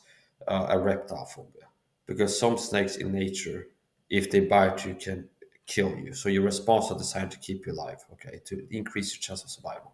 Now, when it's maladaptive and like bad, it becomes debilitating and irrational. So my support, it's like if you see a snake on TV and you have like a stress response, that is not actually in the room, and that snake on TV on the Edinburgh commercials of this documentary, it's not gonna jump through the screen and bite you and kill you. So now it'd be rational. No, that's a phobia. See? Oh, okay. So anyway, that's the point. A lot of what I've learned, like how I overcame and understood phobias, applies to the gang stalking. Okay, so the gang stalking program uses something called sensitization, where they work to create sensitization to auditory and visual stimuli. Okay, which means, for example, they keep harassing you. You go outside as a target, working to provoke, to trigger and maintain a fight flight like hyperdualization response. They want to get you in fight flight mode, super stressed, okay, when out in public. And then while you're in this stress state, they expose you to visual and or auditory triggers like stimuli. And over time, some targets are still in that place. But if they look up the window, see a red car drive past, they have like a stress response, like a strong stress response, like fight flight mode activation. See, because the point has been working to when out in public, a lot of times they will use red cars, okay, or perps wearing red while doing things to stress you out. So it's become they've been sensitized to it. It can be enough where it's like they see something red and it gives them a stress response. So notice how that's mirroring phobia, where it's like where degrees of sensitivity. Let's say someone was bitten by a snake as a child, and then they see a real snake in real life. They have a stress response. Okay, now later on, if it's so sensitive, it's like they watch a National Geographic and it's some kind of nature documentary, and they see like a snake on TV, and they had the same stress response. Notice how that's a maladaptive response. There's no reason it's irrational. There's no reason for your body to be feel like you're endangered by that visual you're seeing. Okay, anyways, the point. What I've learned and have applied to be able to overcome phobias, like understanding the root, understanding the solution, the cause of the solution, that applies to gang stalking. Okay, because well, some things, for example, exposure therapy. Okay, so I've been years back to the point where I was more affected by like the visuals and the top was working with me. I overcome it now. So what targets should not do. Targets will have sensitivities where they start harassing you with red cars. You get to the point you sensitize to this. You see something red and you more or less reliably you have like a strong stress response. That's not good. Okay. Now the natural instinct will be to avoid this thing that's make you feel stressed. Okay. It's like the poor starts harassing you with red cars and people wearing red, and you start have exhibiting aversion, where it's like you're more like to respond to this like I see red things, it gives me stress, so avoid red things. Okay, and that's only helping to maintain the phobia stress responses problem and or exasperate it. So the solution is to use exposure therapy to expose yourself to it. Like so, for example, like the program uses the color red years back to try to sensitize me. It's like if I go to the corner store to buy a lighter, out of all the different big lighters, I'm gonna pick the red one. See, so that's the opposite. It's not like the color red. It's like I can't. It's stressing me out. It's like I'm gonna choose exposure. I buy a red. Like the pro has used the color red to harass me a lot. I'm gonna buy a big lighter. They have yellow, blue ones. Let's pick a red one, and I'm using it. I'm using a red light so every time I'm lighting a cigarette. I'm seeing the color red. See, and not like stay away from the color red. Okay, see, because now you only like keeping yourself sensitive to this. So there's like a crossover phobia and a big part of psychological targeting tactics. These kind of overlap. Okay. Now I got kind of carried away here. The bird now. Okay, let's get back to the bird. The bird here. Um, he escaped. Now the bird. He's not hand tamed. So some people have bodies many years and they let him out all the time, and it's like training. Uh, they can get their body to like come sit on them and like pet them and things like this, like with a cat. Now that takes you have to overcome and domesticate it more because my bodies are more close to a wild Budgie. Okay, they retain their wildness, and I like that. They still have some wildness to them. They're not domesticated. They have the wildness. Now, the Budgie's instincts are designed to keep alive in its natural environments are not working well right now. Okay, so the Budgie is a bird of prey, meaning a bird that is preyed upon by other birds, like falcons and snakes too. So the Budgie's instincts are programmed into it by God to help it to survive as a Budgie in the wild, see, and not really in captivity. Now, there's one of these animals that you can have as a pet, or not to spare sold for affording. So in the Bible, they would trade in sparrows. It's also kind of like a common thing. People buy sparrows, and I guess they don't just buy them to eat them; they probably have them as pets. Okay, so or not 5 sparrows sold for 240. So here's the point. So yeah, the Budgies that I have, they're not really scared of me. Okay, it's like they accept my presence and they look at me as one of their own, kind of like a member of the flag, like the sort of flock, the social group. Okay, they look at me as an ally and not as an enemy. Okay, now which means I can put my hand in the cage and put seed in there. Not like, they're not panicking from that. Okay, it's like my hand is coming. They see this human go up to the cage, and then the hand comes inside, and they're not like run through life. Okay, every time. So okay, so it's like they can tell it's like this guy has hands, but he never tries to hurt us with his hands. Okay, so they've been conditioned to not look at me as a threat. Okay, so that's the point. Now, still, I can tell he escaped today. And he ends up, if I sit here like he escaped, I'm not trying to catch him, he might sit down and choose to sit close to me, see? Because that's part of their group behavior. It's like we're in a group, it's like I cover in these angles, situation awareness. And here's another thing I noticed with bodies. If you have two more bodies, they will like strategically, tactically position themselves to have intersecting fields of fire, so for like to cover different angles for their survival. See, it's like if they're sitting in a cage, like one body, and they have like hammerheads, where it's like they have one eye here in my temple, one here, so they're looking kind of like this, okay. Whereas humans have more of a like this, they have more like to the sides. So they will have like one body sitting covering this angle, and the other body position itself so it's covering the other angle. So they do like teamwork, situation awareness. It's like they're dividing it. So it's not like one body has got the job to look around and check for predators. The other one is like they're not taking shifts they work together. So one body is sitting like this, and he's covering this angle. If there's some kind of danger approach it, he can react to it and alert the other ones. And then the other body is sitting like this, is covering this angle. So notice how they position themselves to cover angles. Okay, one body is like covering this angle, the other body is covering that angle. So they have like a 360. They have eyes at every angle. So in case it be a snake coming, they go, and then the other body's like, there's something dangerous here, they can react to. So, anyway, that's the point. When I let him out, is like he ended up sitting here. See, so there's many places that body could have sat down. He could be in the kitchen. See? He could be far away, but he chose to come and sit close to me where I'm sitting, see? Like right over there.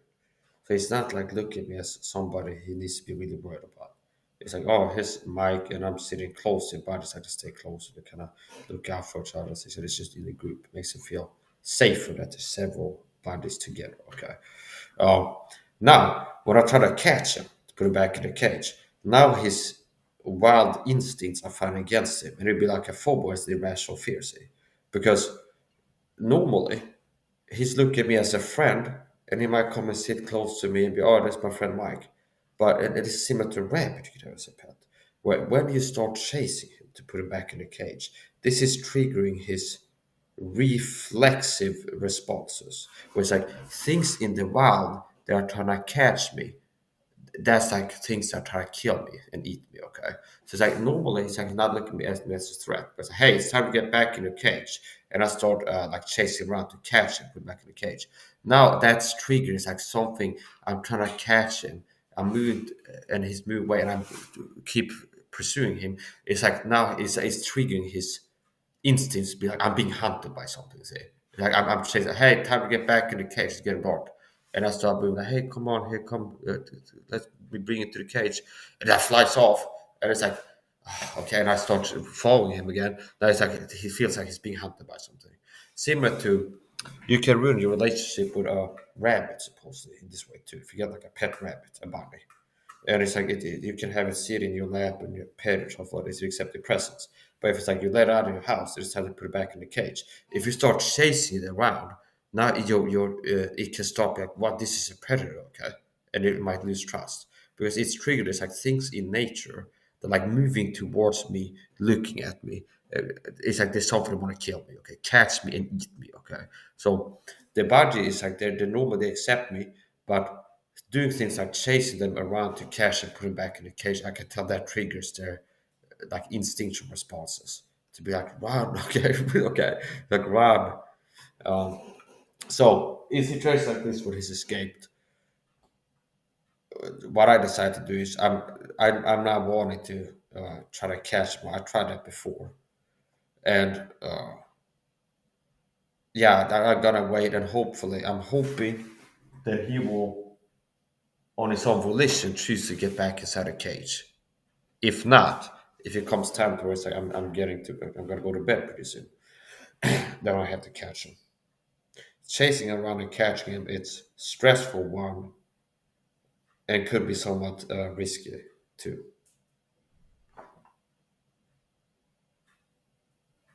So yeah, whatever. We're gonna carry on. Yeah, so I'm a persecuted Christian talk video. I'm targeted with a secret persecution program called Gangster talk videos, and some of the things in this game apply to the real world. For example, after many years of talking about the gang stalking project, like I've learned I need to take my vitamins, my B complex, and before going outside, I need to take a dose of vitamin C. I have a video, by the way, on top of vitamin C in my playlist, Vitamin C King of Vitamins. Vitamin C lifesaving against radiation. Okay, so it's like in the video game, there's it's like how I've been living the video game years back. It's like okay, I'm in the Skados, it's a safe zone, which would be like your apartment.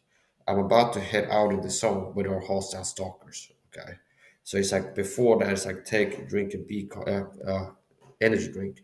Energy drinks most of the time are like a liquid B complex tablet with caffeine added to it. That description fits a lot of energy drinks. It's a liquid B complex supplement with added caffeine, sometimes taurine and other same acids.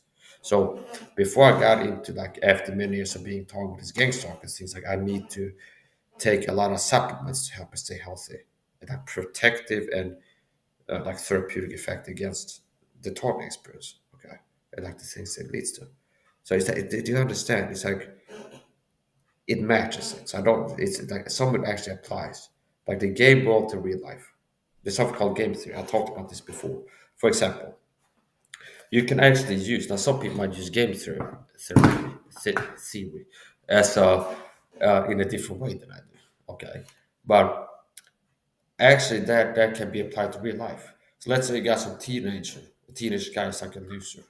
He's like fat, out of shape, and he plays GTA Y City. And he's like, I want to get my character fit because it makes him more powerful in the game. And you can go to gym and start like lifting weights in the game. You hit buttons and you're pumping iron. And then it's like delay gratification. A little bit later, oh, my character's more buff now.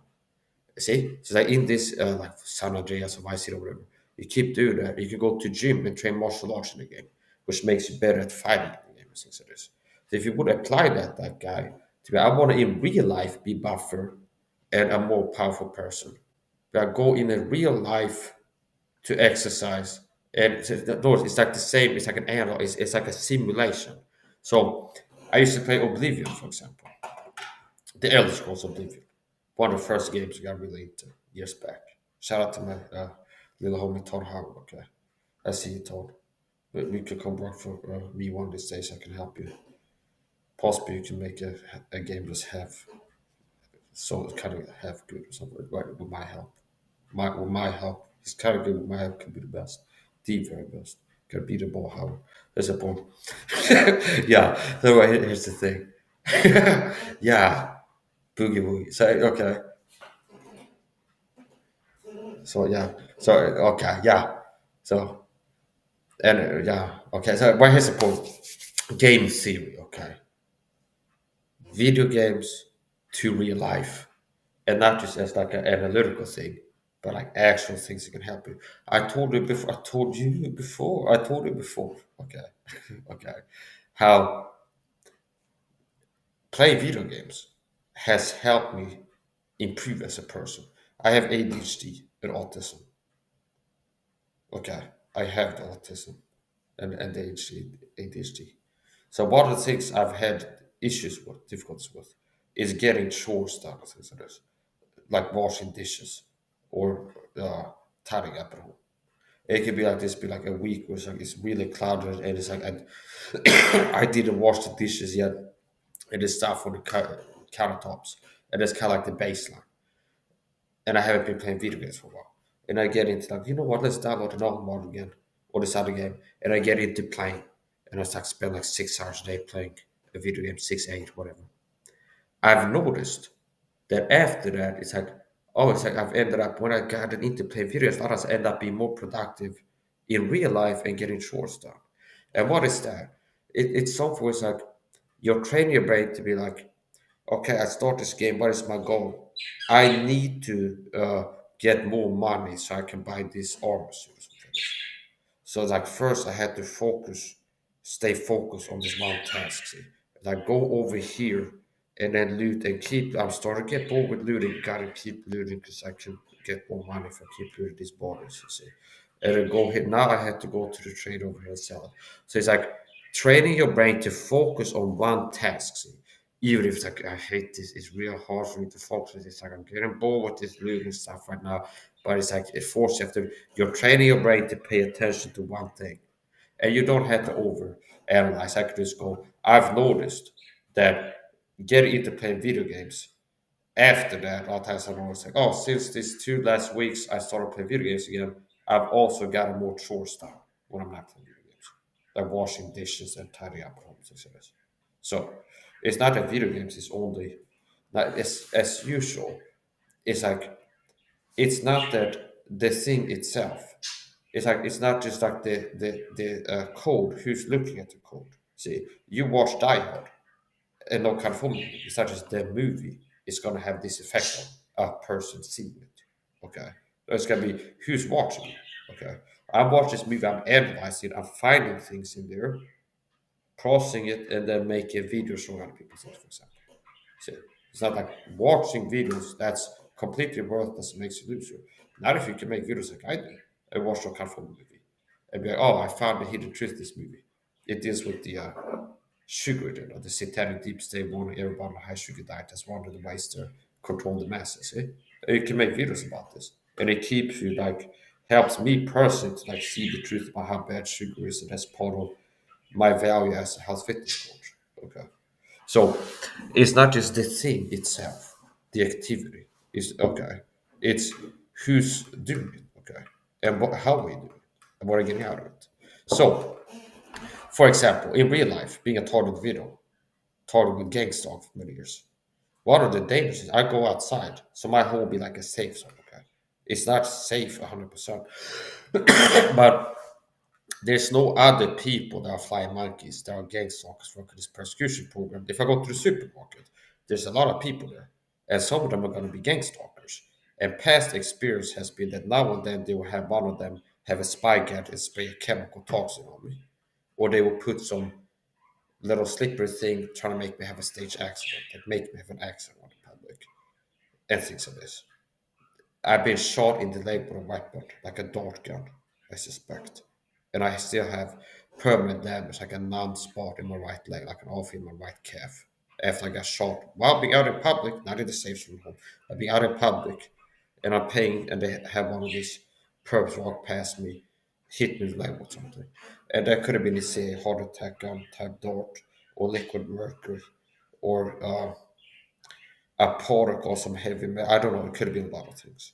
But I know the effect that it had. Somebody held something that had shot me in the leg with it, caused significant damage that remains to this day. Whereas they have like a numb spot indicative of possible nerve damage or something like this in there. It's possible some nerve toxin, who knows? Now, anyway, so similar to how I've been living my life successfully, staying alive and remaining stronger and performing high level mental and physical, the average guy is 35 and out of me. Okay, that's saying something. See, uh, I'm in better shape than the average man my age, and I've been told with a program working to weaken, sabotage anything I'm doing that's good for me, working to target my finances, my mental, physical health, directly attacking my body, and I'm still in better shape than the average man my age. Okay, so that really says something. I haven't been able to be delusional. I've had a hard life, sir. And one of the things is like I haven't been able to afford being delusional, not caring about the truth, and being prone to believe in what feels good to believe rather than what is true. Okay. So here's the point. Like you cannot afford in a war zone. I'm in a war. Government gang talk, it's a war. And some people I understand like the reflex I understand other humans when I say that. It's just like a lot of thing that pops up. Here's how a lot of people perceive this, and their emotional mental reaction will be this, and then I start addressing that reaction, which is mostly hypothetical. Okay, so whatever. So anyway, here's the point. So my point is this: scratch that. Okay, leave you hanging. Gonna have to come ask him, Mike. You never finished your point. Can you please tell me? Maybe. Okay.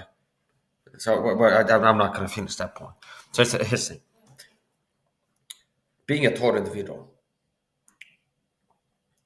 What are some of the what's the experience in real life being a taught individual? If I go outside, there's people that are sent there, fly monkeys, so-called gang stalkers. They work for a gang stalking persecution program.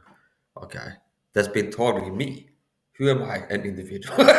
Okay, for many years since my youth. They have afflicted me since my youth. I've been a part of a satanic deep state secret science scumfuck that controls over behind the scenes since a young age. And it was after I became a total video that I really started putting two together and analyzing things. I could see how these people have been operating my life since early on. I'm not going to get into that in this live stream. Okay. Yeah, it's like okay. I was contemplating doing like to be continued and end the stream. Okay, but okay. Well, so here's the point. What I do now. So here's the thing. Okay, yeah, take it from me. So real life being a total real talk with government gang stalking. What is the experience? End user experience.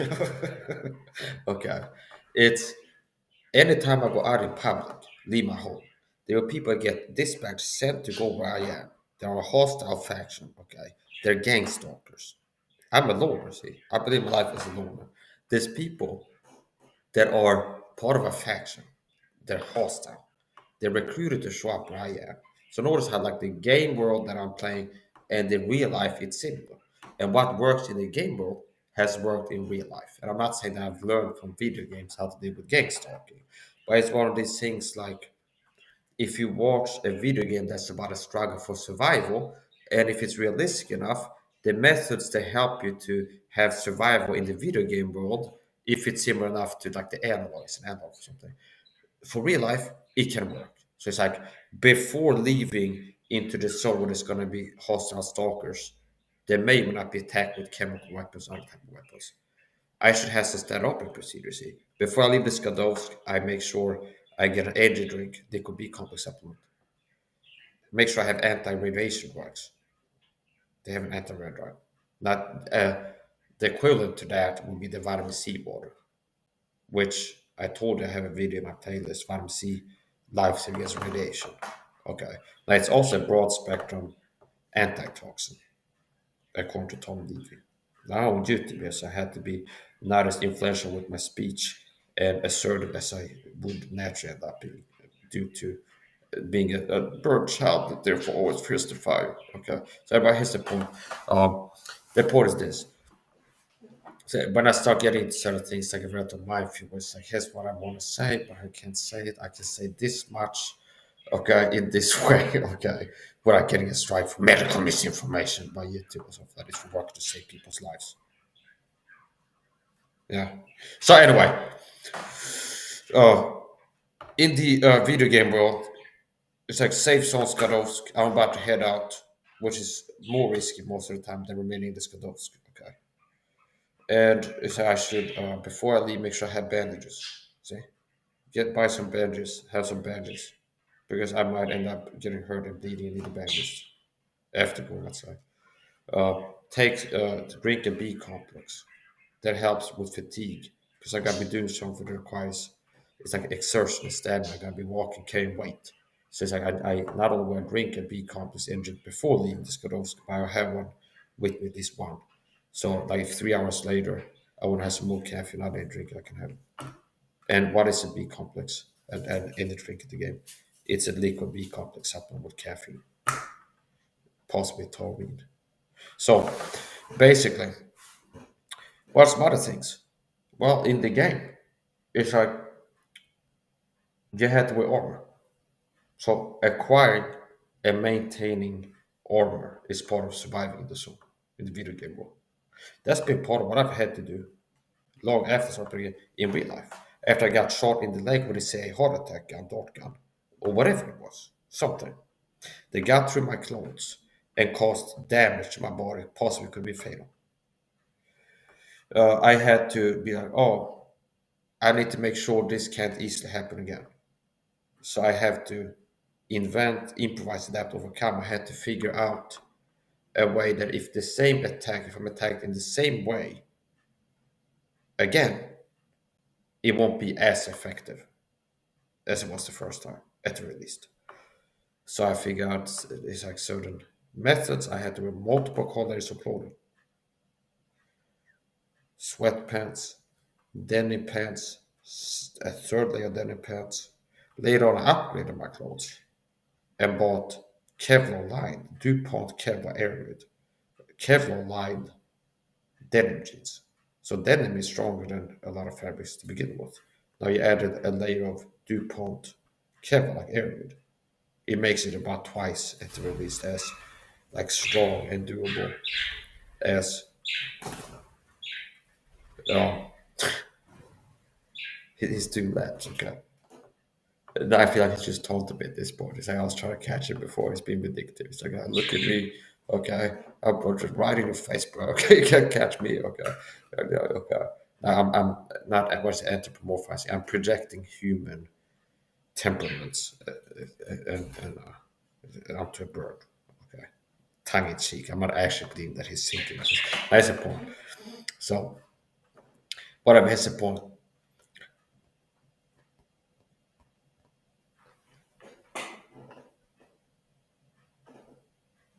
Yeah, okay. Now we're doing a science experiment here, one thing to another.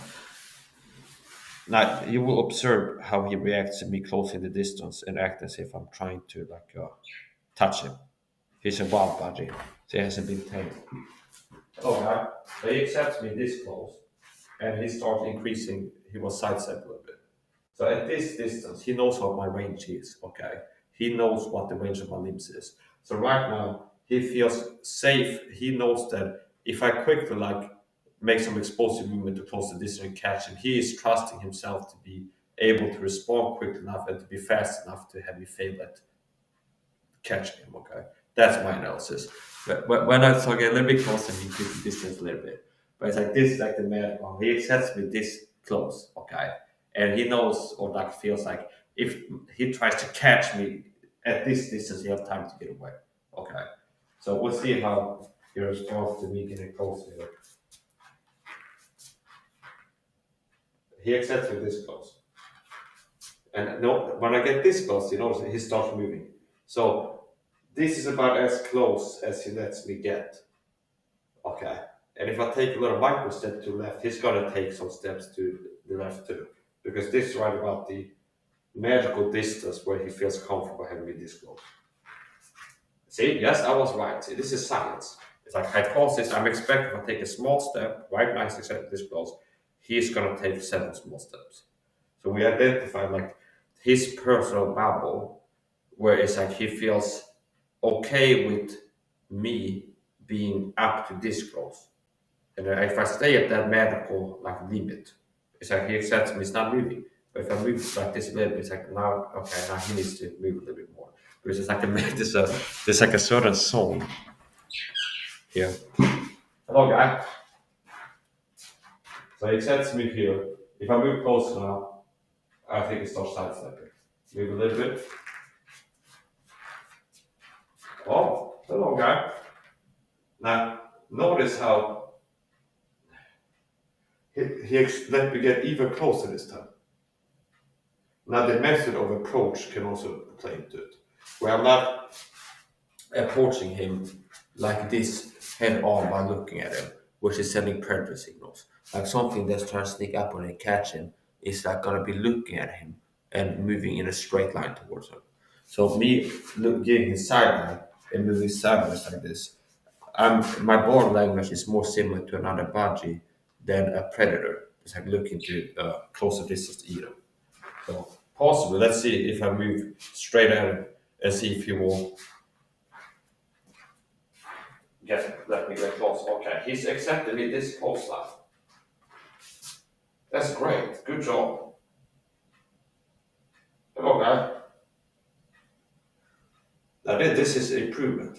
We're working to cure him of his humanophobia, his anthrophobia, I guess you call it. Exposure therapy.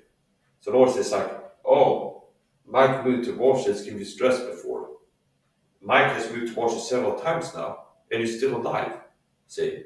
And it's like, I don't have to be as stressed as I've been by Mike moving towards me. But this is conditioning. See? So he's learning by experience that me moving towards him is not that big of a deal, okay? Hello, guy. Hello, guy.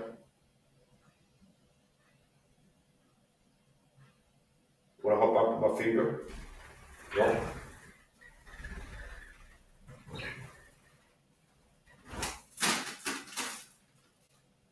Yeah. So moving the finger was a bridge too far.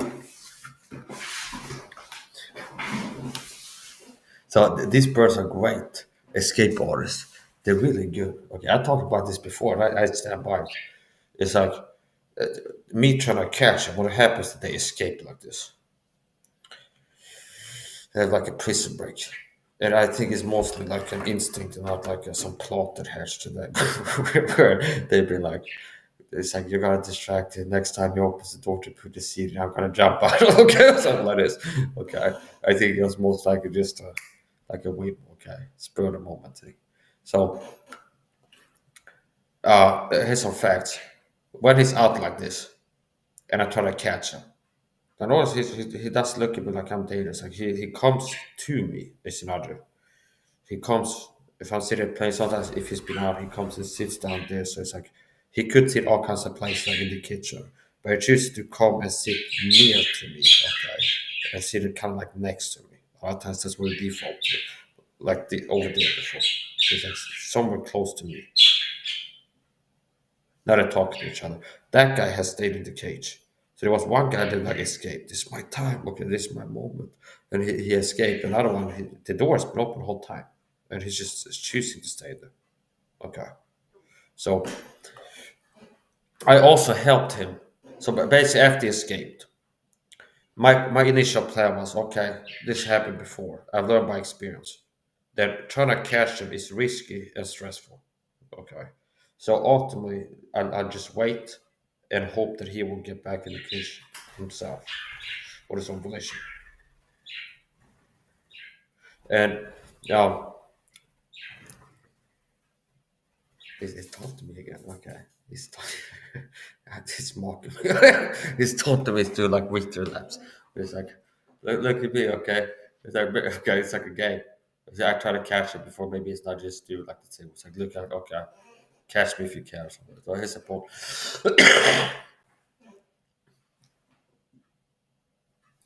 He likes that corner.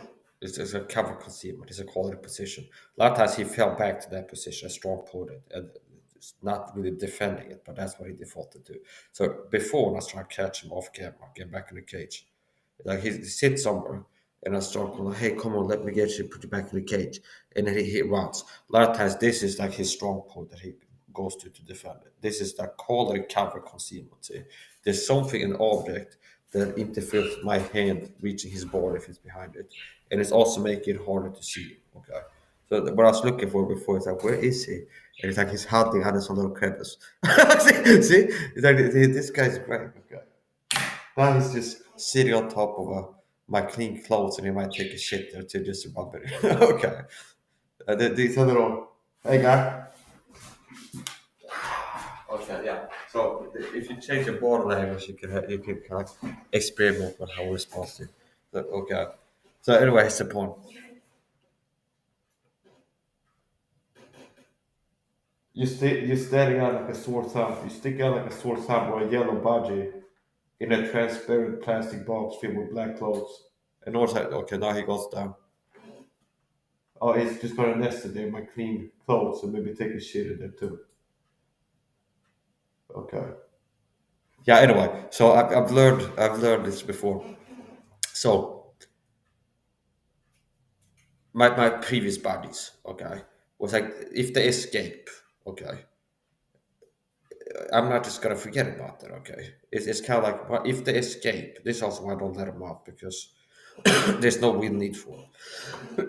They have big enough of a cage where they can exercise, fly up and down, and they got toast and for this. Now it might be good for them to go outside now and then. That's the point. If I'm gonna let it out on purpose, it's like I have to check every room to make sure there's no window that's like cracked. Okay, I had to check so there's no fan with blades running. They can get pulled into it and get hurt. Okay, I need to check there's no openings. If I have like a cup with things I take out of the washing machine, it's like knives and forks pulling upwards. Okay, if he would be like, let's just land here, and he got pulled out and he hurt. So like, I have to clear the house before I let him out. But nothing sharp and pointy sticking out that he could fly into or sit down on. Even things like if you would have a thing that's kind of unbalanced, if you touch against it, could fall over. So I have to clear the house and have it body safe. Like if you're gonna have kids, you have to make it kid safe. They don't have like knives at the bottom drawer where the child can easily access it because I might end up getting hurt. Okay. Similar to that with this. So anyway, he escaped today, and I thought, okay, I'd leave the gate open and hopefully he'll jump back in again. And he didn't. And then I talked to someone on the phone directly, and what is it? I tried catching him. I said, oh, okay, so why not try catching him? And it's true to form what happened before. It's like, first of all, what makes it hard for me to catch him? That I care about him, okay? And also that he's very athletic. So bodies in the wild can fly up to 90 miles per hour. So they're really fast creatures. And they're like a fighter jet with a nimble. They're fast and nimble in flight, meaning they're not like an American muscle car that accelerates in a straight line and it keeps going straight or something like this. And that's what it does best, like moving fast in a straight line or something like this. No, like a hot rod. It's rapid acceleration. It can move fast and take quick turns. Okay, and also it's like part of it is a skill where their anatomy and their instincts is designed to make them good at evading capture. And I've likened it to this before. For one thing, or many things. You understand one thing? There's in war, you have like an F-16 fighter jet, and you're flying over Bosnia or something like this, and they have SAM batteries, surface to air missiles. Ding, ding, ding, ding, ding, ding, ding. And it's like it's a lock on, like in the movies, where it's like it's letting you know the pilot is something. It's like locking onto an airplane, which means it's a missile that's either it's about to get launched or it's like in the air, homing in on it. Okay, it's like evasive maneuver. See, so it's something that's like locking onto the airplane and moving towards it to catch it. Okay, kind of. And now there's things that he can do, like break left quickly and then maybe go down while popping flares. Okay, see, and it's the same thing with this, where it's like there's falcons in the wild. They try to lock onto the falcon. This is also part of survival. They have a flock. Where for a predator, it can be hard to lock onto one body for it to be precise. It's like to lock onto one body, and I'm tracking this in flight, homing, and gonna get that one body. If they're moving as a group, it can kind of interfere with this like lock-on effect of the falcon. Where it's like pick this one body and move towards and catch it. Because like it's a mass of bodies moving together. Okay, so that helps them to survive.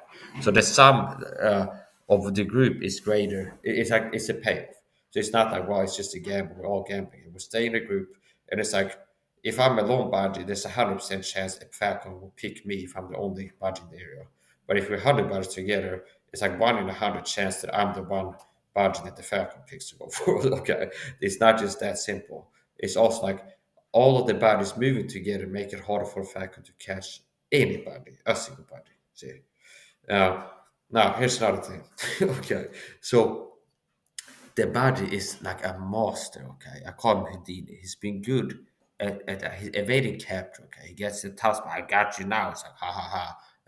Okay, you don't have me. Okay, and also from escaping, like getting out, escaping. Where he waits. I'm attributing like calculation and like plotting and like planning to this animal, but that's not like anthropomorphization like Disney movies. It was like attribute human temperaments and like ways of being to an animal. So here's my take on animals for real, seriously. Animals don't think, okay?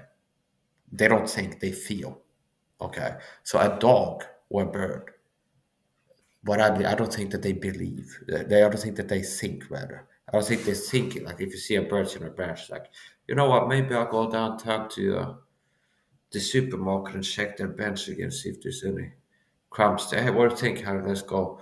Uh, I don't think that.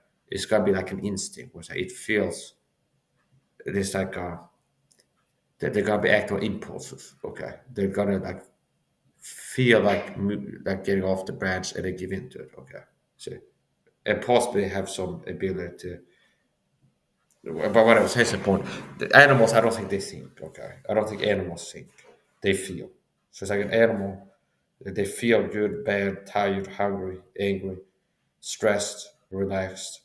Uh, And they're not worrying either. They're not worrying about the future. Take no thought for tomorrow. Sufficient to the days the evil thereof. Or not two sparrows over fodder. Not more than 40 gram worth of fodder. So I don't think the sparrows are worrying about what's going to happen tomorrow. Like I see a falcon, like a sparrow come to my balcony and go down there and look for some seed. I don't think it's like, what if the seed runs out and I can't find a seed tomorrow or something like this? What if I can't find the seed next week? I might die or something. I don't think they're thinking. They're not worried. That's the point. They're really good at not being caught about this. Really good at not being caught. So, like a fighter jet, where a fighter pilot, if locked onto by a surface-to-air missile or an air-to-air missile, if one of the things he can do is evasive maneuvers. So he can pop flares chaff that can break the lock or interfere with acquiring a lock. If someone's like there's a fire jet there, there's like lock onto it. If there's like flares, which is a heat signature. So if it's like a Stinger, for example, FIM Stinger, certain things lock on with a heat signature. So you have an exhaust at the end of the airplane. So it's like it's an algorithm. There's some optical sensor. It's been trained to like lock onto the heat signature, lock onto it, launch the missile, and then keep track of the heat signature and guide the missile in flight towards it. Okay, so you can interfere with acquiring a lock and maintaining a lock by releasing multiple heat signatures in the air in between you and the missile. So if like right now there's a missile lock onto the fighter jet, it's fired, and then there's a rain of multiple heat signatures like in between it. It can be like which is the one, okay? But like if you're trying to lock onto something like a heat signature, like the exhaust, the hardest part might be the ass of the fighter jet, like the exhaust, and you're trying to lock onto it. So there's a lot of heat signatures, so it's like it can't. It tricks the computer. They don't know which is the fighter jet and what is the flares. So also chaff, where it's like some metallic objects which can interfere with another target system. That's the point. Similar to that, it's like you get locked onto. There's a missile chasing you now, and a fighter pilot flying by a fighter plane that's known for speed and agility in flight. See? It's much like the Budgie, where it will do things. Something is moving towards and locked on to try to catch it, a missile, and it will pop flares and take evasive maneuvers, which can be enough in of itself. Meaning this missile is moving here at a curve closing in on you, and if you go here, it makes the missile overshoot and misses you. And it might return like a holding pair, like turns around and like try to reacquire locks off, depending on how advanced it is and what type of missile it is. Like torpedoes too can be like that. So it's the same thing in the border. It's like lock onto the sound signature, or an object in the border, launch something, and it's not just like fire and forget, like in Robot 2, where they program the torpedo before they launch it, be like there's a vessel moving here, and 3 minutes I will be there. So we launch the missile at this angle, and 3 minutes later will be here, which we're expecting will be where this ship will be at that time. And it's not like launch a torpedo and it homes and follows the ship, okay? Which you have missiles at that now, active homing, as it says. Then at also when they start having torpedoes, like they program the torpedo to drive itself at this path. There's kind of once you release it, it's gonna go there, okay? Which means if the ship go, you know what, just on a whim, let's turn right now, it makes a miss. So it's the same thing with airplanes, okay? Now what? Okay, now here's the point.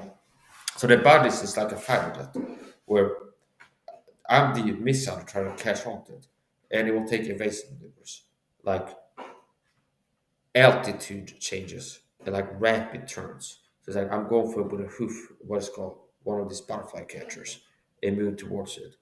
And if I'm chasing it, it's fine, like kind of in a straight line, and I come in with the butterfly catch to catch it.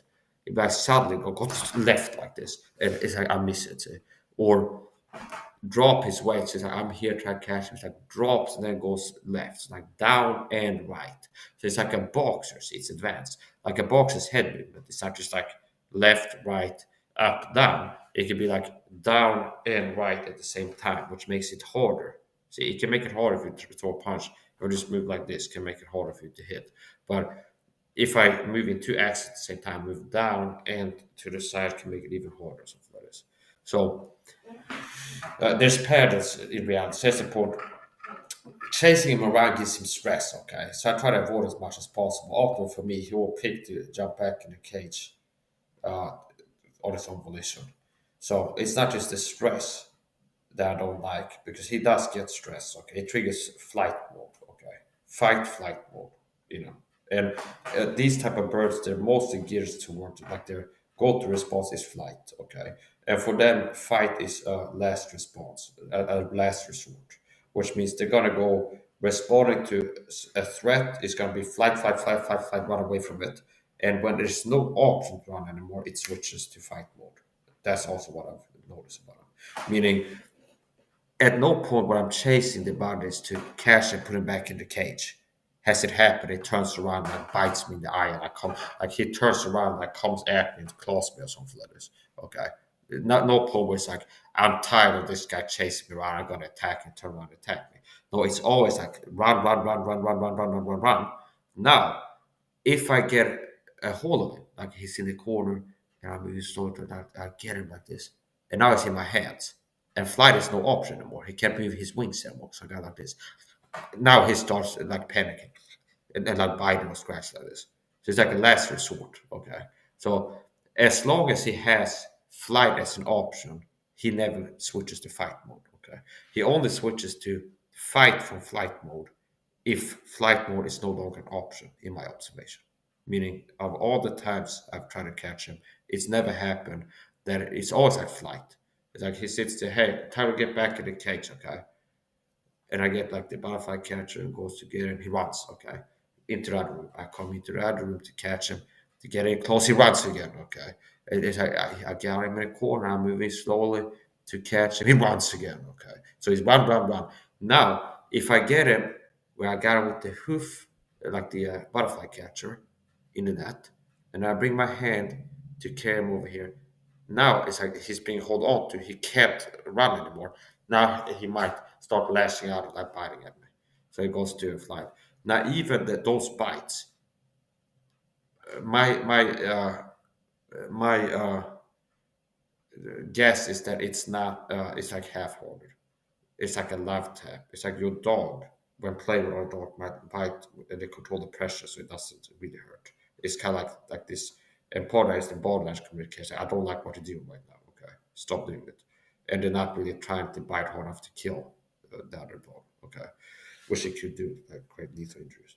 So it's kind of hey, stop doing that. Okay, it's like you're freaking me out, goddamn, or something. It's more like okay. I feel like that possibly I'm kind of exaggerating the Budgie where it's like an idea in my mind because I've seen it before press athletic, and so it kind of flavors my perception. I think like he probably could bite a lot harder than I felt him bite me in the fingers before. Okay, possibly it's like Yeah, I like this guy to keep thinking that that's why I gave it more. I was really trying to hurt you. Okay, okay, something like this. Okay, so no, it's kind of common sense. It's like they use the beak all day, so whatever muscles are used to move the beak up and down, they exercise it a lot. It's very sharp, so you don't need that much pressure. So all the time he's beating me in other bodies is when I got him caught, he can't run anymore, and I have him in my hands about to bring him to the cage, and he's just biting whatever he can bite around himself. So bodies are uh, flight oriented. Okay, in their survival programming is like 99% of the time they're going to flight. And it's not like, well, sometimes a bird is chased by a falcon or a snake and it like sees it coming, like charges it and starts attacking it, fight mode. No, it's like it's always going to pick flight if it's available. And the one time it's going to pick fight mode is if there's no option to run anymore.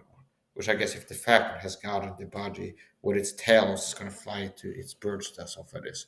It's like the jig is up that the body can't fly anymore, and now he might start kind of like go out swinging against the falcon. Okay, so it's like it's the last hit. So it's the last resort. Now, uh, I really like this body sucker. I really do. So the other body, he's remained inside of the cage, and the other bodies remain outside the cage. So after he'd been out for a while, it's like I'm gonna try and catch him. And as usual, it's like he does a good job evading me. Now here's the point, like I said, what makes it hard to catch him is a combination of my care for him and his athleticism. Okay, like how good he is at and everything from the body shape to like his skills that's been poured into him by God, like the reflexes, how to move when someone's trying to catch you. Uh, the combined package is really good at not being caught. Okay, now, I could catch him more easily. Sometimes when this has happened, one of them has escaped. Maybe it's the third time I try to catch him where I catch him. If I cared less about him being hurt, maybe the third time at worst. Because moving fast makes it easier to catch him, but it also increases the likelihood of an injury. So if he's sitting on here, I call it butterfly catch, like slowly, and I'm waiting, and I put it down, and now he's in there. Now, if he would jump out in the middle of this, and I hit him with like the metal wire around the net, like moving that slow is not really going to hurt him. But if I move my fast, that's what makes it easy for me to catch him, like this, okay? And he reacts and starts moving, and he gets hit by the stick that I'm trying to catch him with this thing.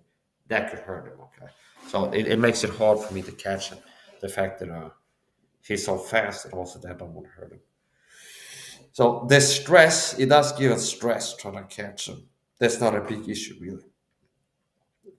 When it catches, it's trigger fight flight mode. It's like hypertension is fight flight mode. So you can tell he gets stressed. No, that's not really an issue because in the wild they're being chased by something every day. So that's like actually more normal for them to have stress from being chased by something they're not. Okay, for the body. So like in the wild, there's a lot of like high stress situations. Sitting down at a water hole to drink is also something that the instincts make them feel unsafe to drinking water. Okay, I joined a group once in Facebook like Budgie owners or something like this, and I had noticed myself. So I was able to answer somebody's question because someone's like, "I'm worried about my bodies. I never see them drinking water." Okay, I'm worried they might be sick or something like this. And here's the thing: if you got budgies and they're not accustomed to you yet, okay, they don't really trust you. There's different levels of trust. They don't really trust you. Budgies don't feel safe around water. Really, it's like sitting next to water because their instincts are not from being tame budgies in a human's house. Okay, their instincts are designed for the worst case scenario to survive in like the outback, Australia, New Zealand, whatever they live naturally. So a budgie, one of the most dangerous things for a budgie to do is to sit down in like a puddle or a dam or water hole or something like this and start drinking because it's easier for them to be caught there. If they're in movement, they have momentum and they're flying at 90 miles per hour or so, or 50 or whatever, through the air. It's harder to catch them. But if they're sitting still on the ground and drinking, they don't have that much speed. It takes some time to accelerate and get some speed. And while they're in movement, moving fast, they're hard to catch. Okay, so it's dangerous for a body to be drinking water. Instincts make them unsafe around water all the time. So if you get bodies, they might not feel comfortable drinking water while there's a human in the room with ice because they haven't been like conditioned to not seeing somebody might try to eat them or something like this. So bodies don't feel safe with water. They have like an instinct. In the wild, if they go to sit down and drink, there might be a snake in the water or a falcon that like sees the moment when the body is still drinking to like swoop in and eat it. Sometimes the bodies will eat drink on the wing. But it's almost like a chopper. They hover like a firefighter chopper. They like hovers and get some water. Okay, they don't like stop and land. It's like they fly in, drink a little bit, and then they like stay in movement. So they're fascinating creatures. He's settled there. I don't know if you can see him. He's in between those two boxes. So if you analyze that, he's right there. What does that tell me? He's being smart, positioning. So his back is to the wall. Okay. He already knows that there's nothing behind the wall. So meaning that angle, his back, there's nothing that can sneak up on him because there's a wall there. See? But he's got his back to the wall. And there's no trees where there could be like a falcon in the tree behind him where it's swooping or something like this. There's like that angle, he's already checked that, cleared that angle. He knows that there's nothing that can come at him from behind, okay? He's protected from both sides. So it's like nothing can come blindside it and like bite on him from the side because he's got two boxes. He's like in between two boxes, and then his head is poking out, so he can see. He can see around. He can see both sides, forward, both sides, and then his sides are like protected by an armor that makes like a snake couldn't hit him because there's something in between his body. Okay, and the snake. He's got his head at his very good position there. I gotta try to catch him again. I gotta try to catch him again. Hey guy, let's go back inside. Hello guy, let me catch you. Hey, come on buddy. Come on buddy, hop up. He's letting my finger really close to him right now. Come on.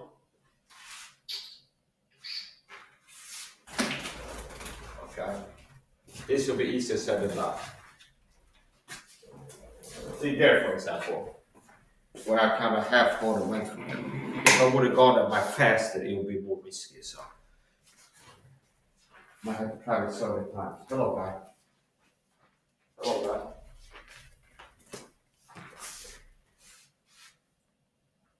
Yes. Okay, I got him. Oh, and he escaped. Okay. Now I should have had a glove. So there, that was like the closest one, where I put it here and it's in there. And if I would take my hand there and hold it, now that's when that would trigger fight mode. A lot of my experience. So once I have him there, it's gonna move into the cage. He starts biting and scratching everything holding on to. So I guess I could use this or something. Hello, guy. It's time to go back inside.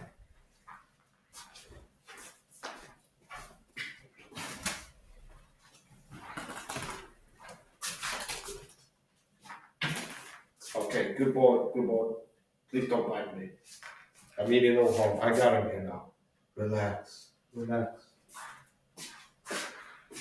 And off you go. Good boy. Good boy. I don't know how close they are to dogs, but I'm instantly giving a reward signal with my voice as soon as he did what I wanted him to do. See? So I don't know if it's similar to dogs, but it's like as soon as he did what I wanted, it's a good boy, and so hopefully that can help to be like, I get it. Eventually he might crack the code and figure it out. But that guy's chasing me around with the stick. What he's trying to do is get me back in the cage again. Okay. So it's like, let's cut to the chase. Okay, I mean, I just jump back in the cage and he will stop chasing me around. Like he can figure it out. When he chases me around, he's gonna keep chasing me until he gets me back in the cage. It's like short cut, jump in the cage, okay, and then hit himself. So possibly with dog training, you instantly reward the behavior that's desired of trying to get it to do something. So it's like dolphin training. You can do a good job training a dog without beating or kicking or using like negative reinforcement. Like you tell a dog to do something, it doesn't do it, and you kick it, for example. That would be negative reinforcement. You can train a dog by positive reinforcement, where it's like you tell it what to do as soon as it does, and you want it to be a short amount of time between the act and the reward. I mean, as soon as it does what you want to do, a good boy or something. So it can be just a sound, or it can be giving it something. So whatever is the point. That was a success. Okay, that was a success. I was able to get it back in the cage. He wasn't injured, and I feel like he resigned to his fate at the last moment. But this time, when I got him in the net and my hand on it, he wasn't really fighting ferociously. He was kind of like relaxing. Okay, now that brings us to another thing. Some prey animals. Also, that's part of their thing, where part of the we talk about trauma response. Well, that's human. The responses, fight, flight. Okay, some animals also have a disassociative response as one of the last ditch responses to trauma or danger. Okay, so let's say a gazelle or something like this that's being eaten by a lion. It's been running, running, running, running. It fails. It's being eaten out, and it's almost like the animal just tunes out and kind of goes into a trance while it's being eaten or something. There's something like that. I remember hearing about that, where that it could be out of the way, kind of just disassociate or something like this, or you could go into what is it? Maybe it's like the prey animal is being flooded with some kind of chemical, just makes it mellow out and stop fight or something like this. But yeah, I feel like he had some kind of response there where I was surprised he wasn't fired that much as they would do typically. So it's like once I got him there, possibly it could be experience where he's learned that it's never happened that he's able to find his way out of this or something like this. Okay, but yeah, that's a great success. I got him back in the cage, and they said this is a win on both our records. Okay, so I wouldn't say that I beat him. It's like he was doing a hell of a good job at not being caught. But it's like every dog has its day. Okay, and it was what like the third time I tried to catch him or something like this that he got caught. So he was doing a good job not being caught there. Like the more often I end up letting it out here, the more athletic he'll be. It's like training camps. It become harder and harder for me to catch him unless my athletic ability also goes up. So, because like, if I keep doing this, where he's flying around, like this as exercising. That's sprints. He's doing sprints. Normally in his cage, he's chilling on his stick and then maybe flies to sit down on the other stick or something like this. And maybe sometimes as part of like burning off stress, like ducks. It'll be like maybe they fly up and down a little bit just for fun or something. Okay, kind of. Now, the more this happens, I let him out. It's like time to get back, and I chase him, and he's sprinting, flying as fast as he can, and like doing all this. That's training. So it's gonna make him faster. So it might get harder and harder to catch him. So one of these, you have to know what you do if you're gonna Budgie. So this is what I'm talking about. Notice how there's like a steel wire here, and this is the net. So obviously, since I care about the Budgie, it takes more like failed attempts to catch him. Because when he was flying there, if I go like this, okay, it'd be easier, more likely I end up getting him. Like I'm tracking him, I see him moving as fast as I can, intercept him. Okay, it's like leading a target. Okay, he's gonna be there, okay, and he flies into the hoof rather than like chasing him. That's the point. If I did it my fastest, it makes it more likely that if my aim is off or he moves to not be caught by the hoof, to get good reflexes, this. There's as I move this, it ends up being hit with this and not here, okay? And this is steel, so a little body can be hurt. So it's harder to catch him in like a gentle, safe way than if you just wouldn't care about it. okay? Because maybe it'll be 3 attempts on average if I did it like my hardest fastest or trying to catch him. Whereas now it's like he's there and then move slowly, and then the last part move quickly, so for this. So doing it the right way is harder to do than doing it the wrong way. I'm thinking I might actually start over. I'm gonna have to make some more coffee. I've been getting off into other stuff. I might actually end this and start a new one, part 2. Like I told you before, I'm a persecuted Christian. Told me, I told with government gangs, like I told videos, and there's people recruited and paid to target me in real life and online, and that is the truth. And there's so most people who go after me online and in real life,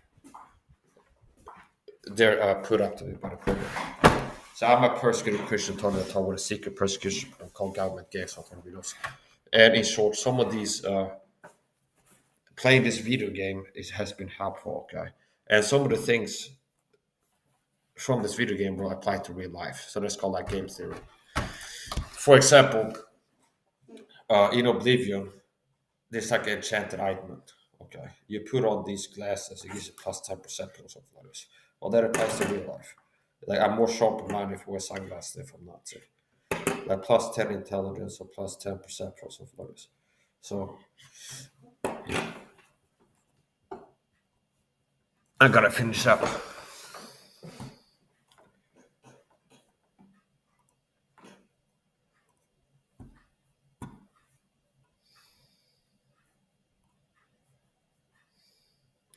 I like most people don't have a script.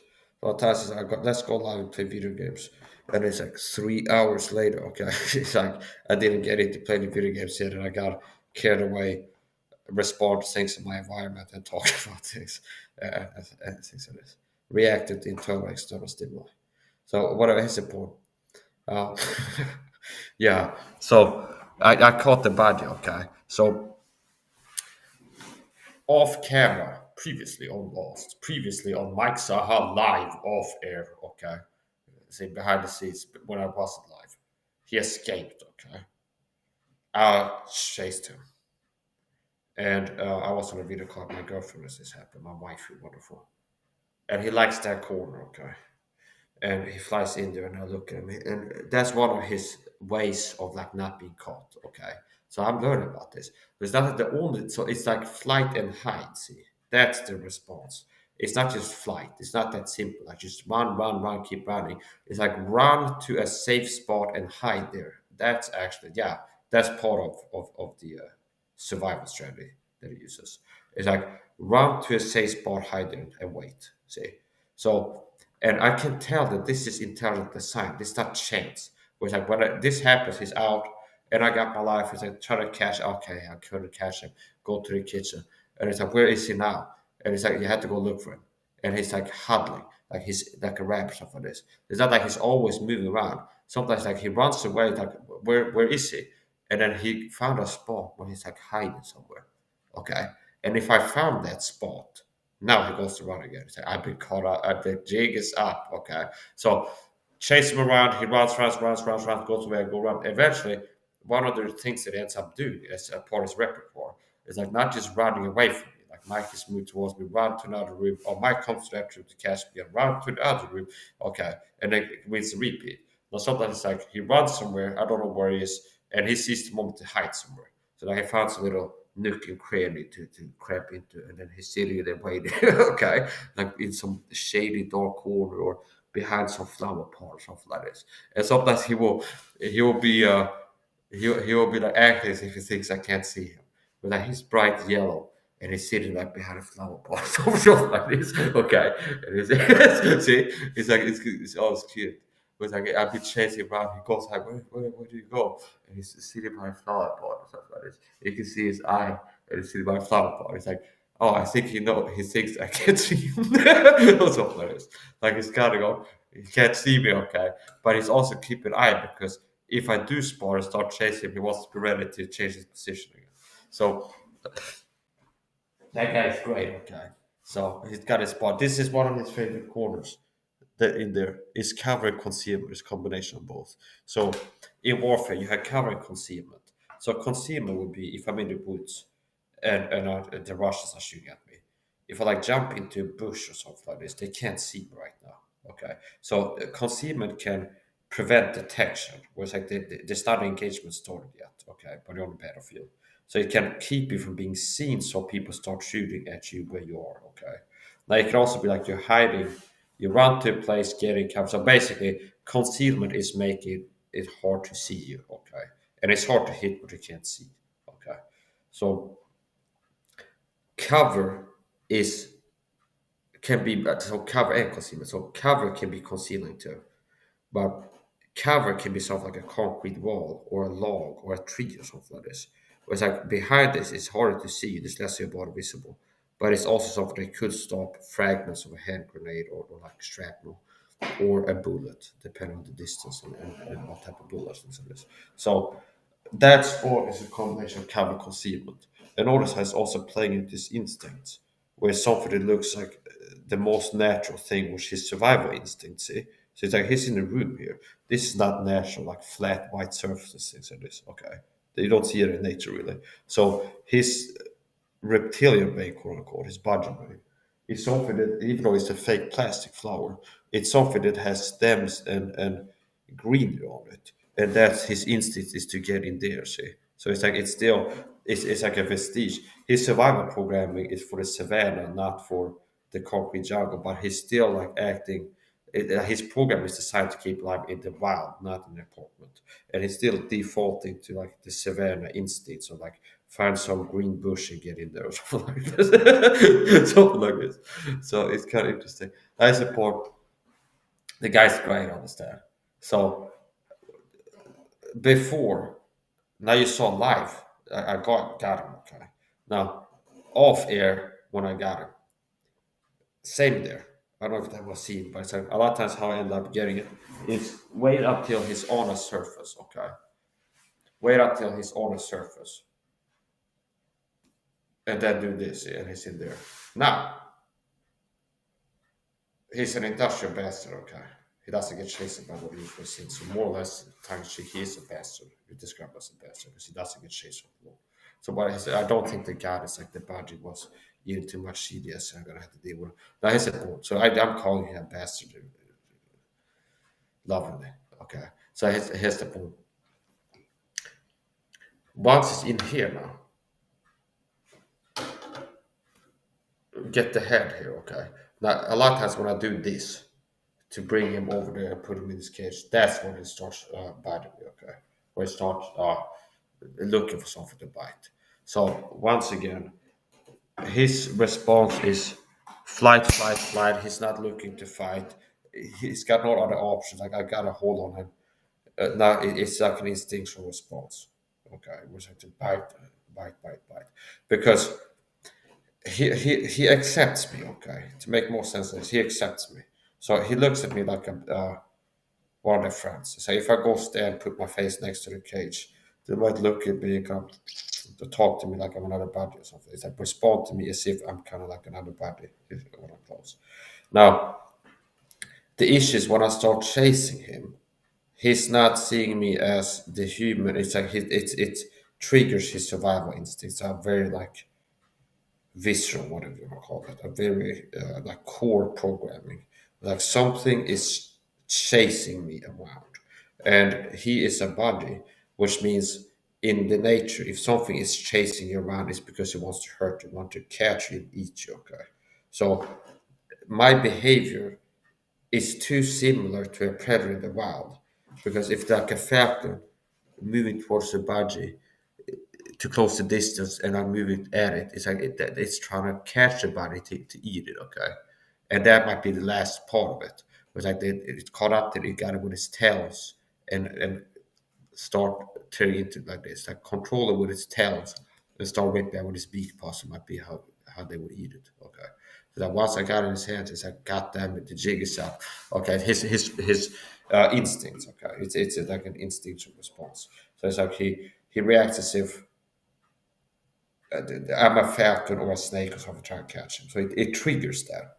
Okay. And then it comes to its senses where I'm sitting over here. It's like, oh, this is my buddy Mike. But once I start chasing him, it's like there's something chasing me, and things that chasing me in the wild are things that want to hurt about him. So uh, that's what you're working around.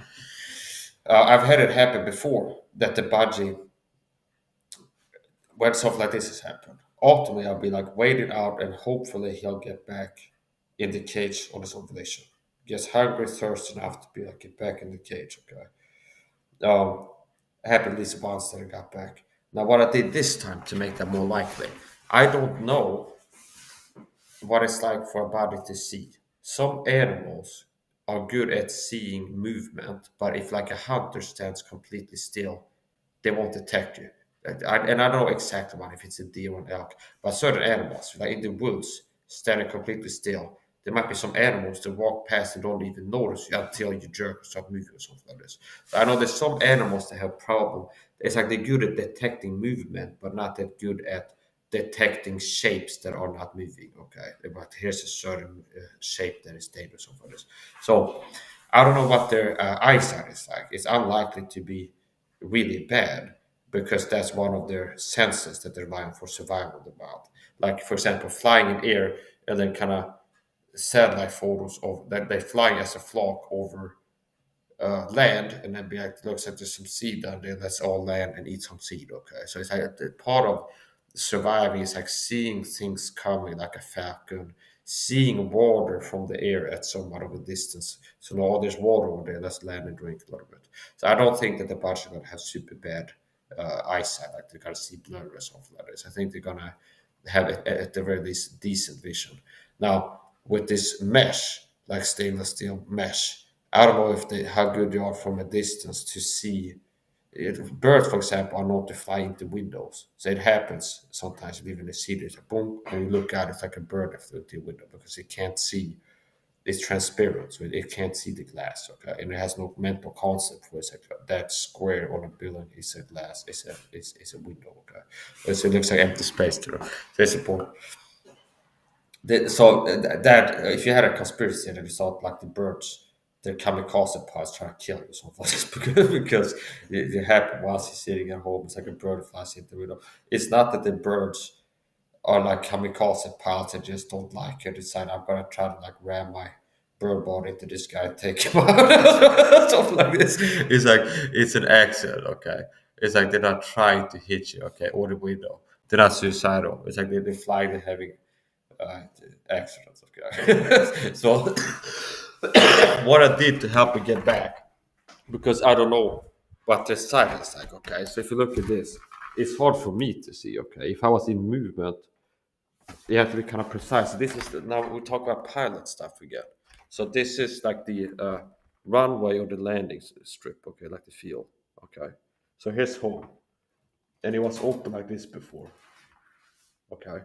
I don't know how easy it is to see for him flying at the cage before he gets back inside. What part is like bar and what part is open space. So what I did is I put some toilet paper here to like mark the runway, and then here to help him see like here is a open space and here is something. Okay. Now this time he had to be caught.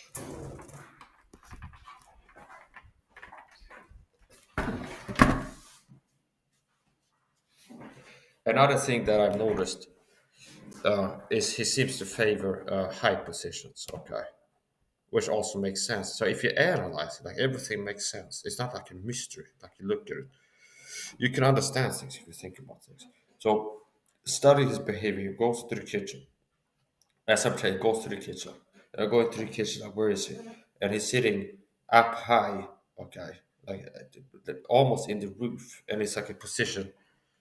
So what does that do for him? Okay, so why does he seem to default to, at least in the kitchen, a high position? Like in the curtains at the top of windows, something like this, or somewhere high. What does that do for him?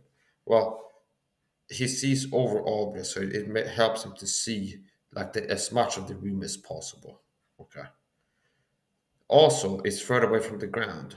So if there's a predator on the ground, like a snake, it takes more time for the snake if he that it would be a tree he was sitting in. It would take more time for the snake to like get up the tree and get to the body, and then undetected at that too.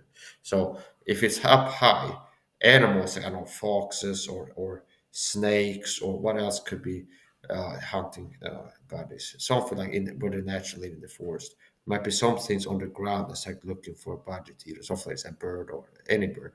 So being up high helps him to see around himself more, and it makes it harder for something on the ground to get at him. Okay, so that's just like analyzing his response. And why does he pick elect to acquire and maintain a high position a lot of times? Well, it makes sense. They will be because if there's a snake, a lot of predators will be on the ground. So if he's high from the ground, it's harder for the thing to get to where he is up high, which in the natural one would be a tree branch or something like this. So being up high helps him to see around himself, good situational awareness, seeing things approaching. Okay. Early detection is very good for survival. Early detection, meaning not like, and he's fast, see. So if he's sitting like this, and then suddenly he's detecting movement here, and it's a snake's face this close to him, that's a bad day, okay? Now he could still, in certain cases, be fast enough to, okay, like reactive, okay, with his reflexes. So it's easier for him to survive if he can detect it early, where it's 60 centimeters or further away that he sees the snake, okay, and it gives him more time to accelerate it and move out of the way. So having some distance and like good situation where he can see things, okay, he can see things moving. If it's in a tree or a tree branch, something they can't fly would have to climb the tree to get there, which is hard to do without him hearing and seeing it. Okay, so I wouldn't be surprised if a lot of budget casualties are at night when they're sleeping. Okay, because they're really good at staying alive. Okay, it's like I'm impressed by this staying alive ability.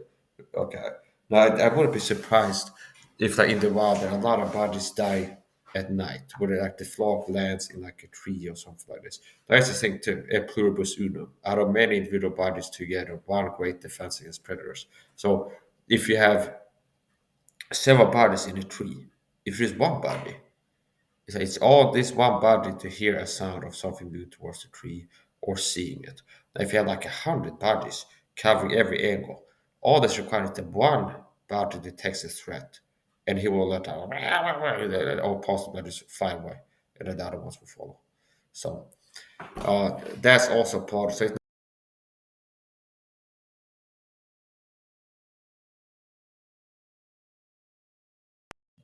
it's not just that it makes them safer to be in a group, because it's less likely that a predator will pick the one body out of 100. Like each individual body has a small like percentage chance to be like the lottery ticket that is a winning one. So for this, it's like if you have 100 bodies, I'm a factor and be like get that one. It's like if you're part of a group, it's like it's less likely you are the one body that gets picked. Okay. It's like lottery tickets. If there's one winning ticket in a million tickets, it's less likely of a chance. If you have a winning ticket per 100, it's a higher chance that you are the winning lottery ticket as well for the body. So it's also that they combine like sensor equipment. So it's like they have eyes, and it's like hundreds of eyes together scanning for threats. Okay, like if you have one camera, like if you have one person looking for danger here, there and you have another one looking for danger here, covering every angle, and you have like 20 bodies covering every angle together. It's more likely to detect something. And if one body detects a threat, all the bodies will hear about it. Okay, so uh, yeah, I like the bodies; they're great. I've been thinking about. Okay, what I think I might do is end this stream and retitle it. Either put in just part one here, or like the pre-gaming warm-up, saying, okay, I can rename it, or uh, see what we do. But I didn't get into playing a video game yet. I got carried away. So we're gonna finish up now. This Budgie did a good job today, but I win again. I win again. I win again. Okay, yeah. So I won again. He knows. So gotta finish up. Don't be surprised if I'll be back live within like 90 minutes ago. I was intended to start playing. I got carried away with other stuff. So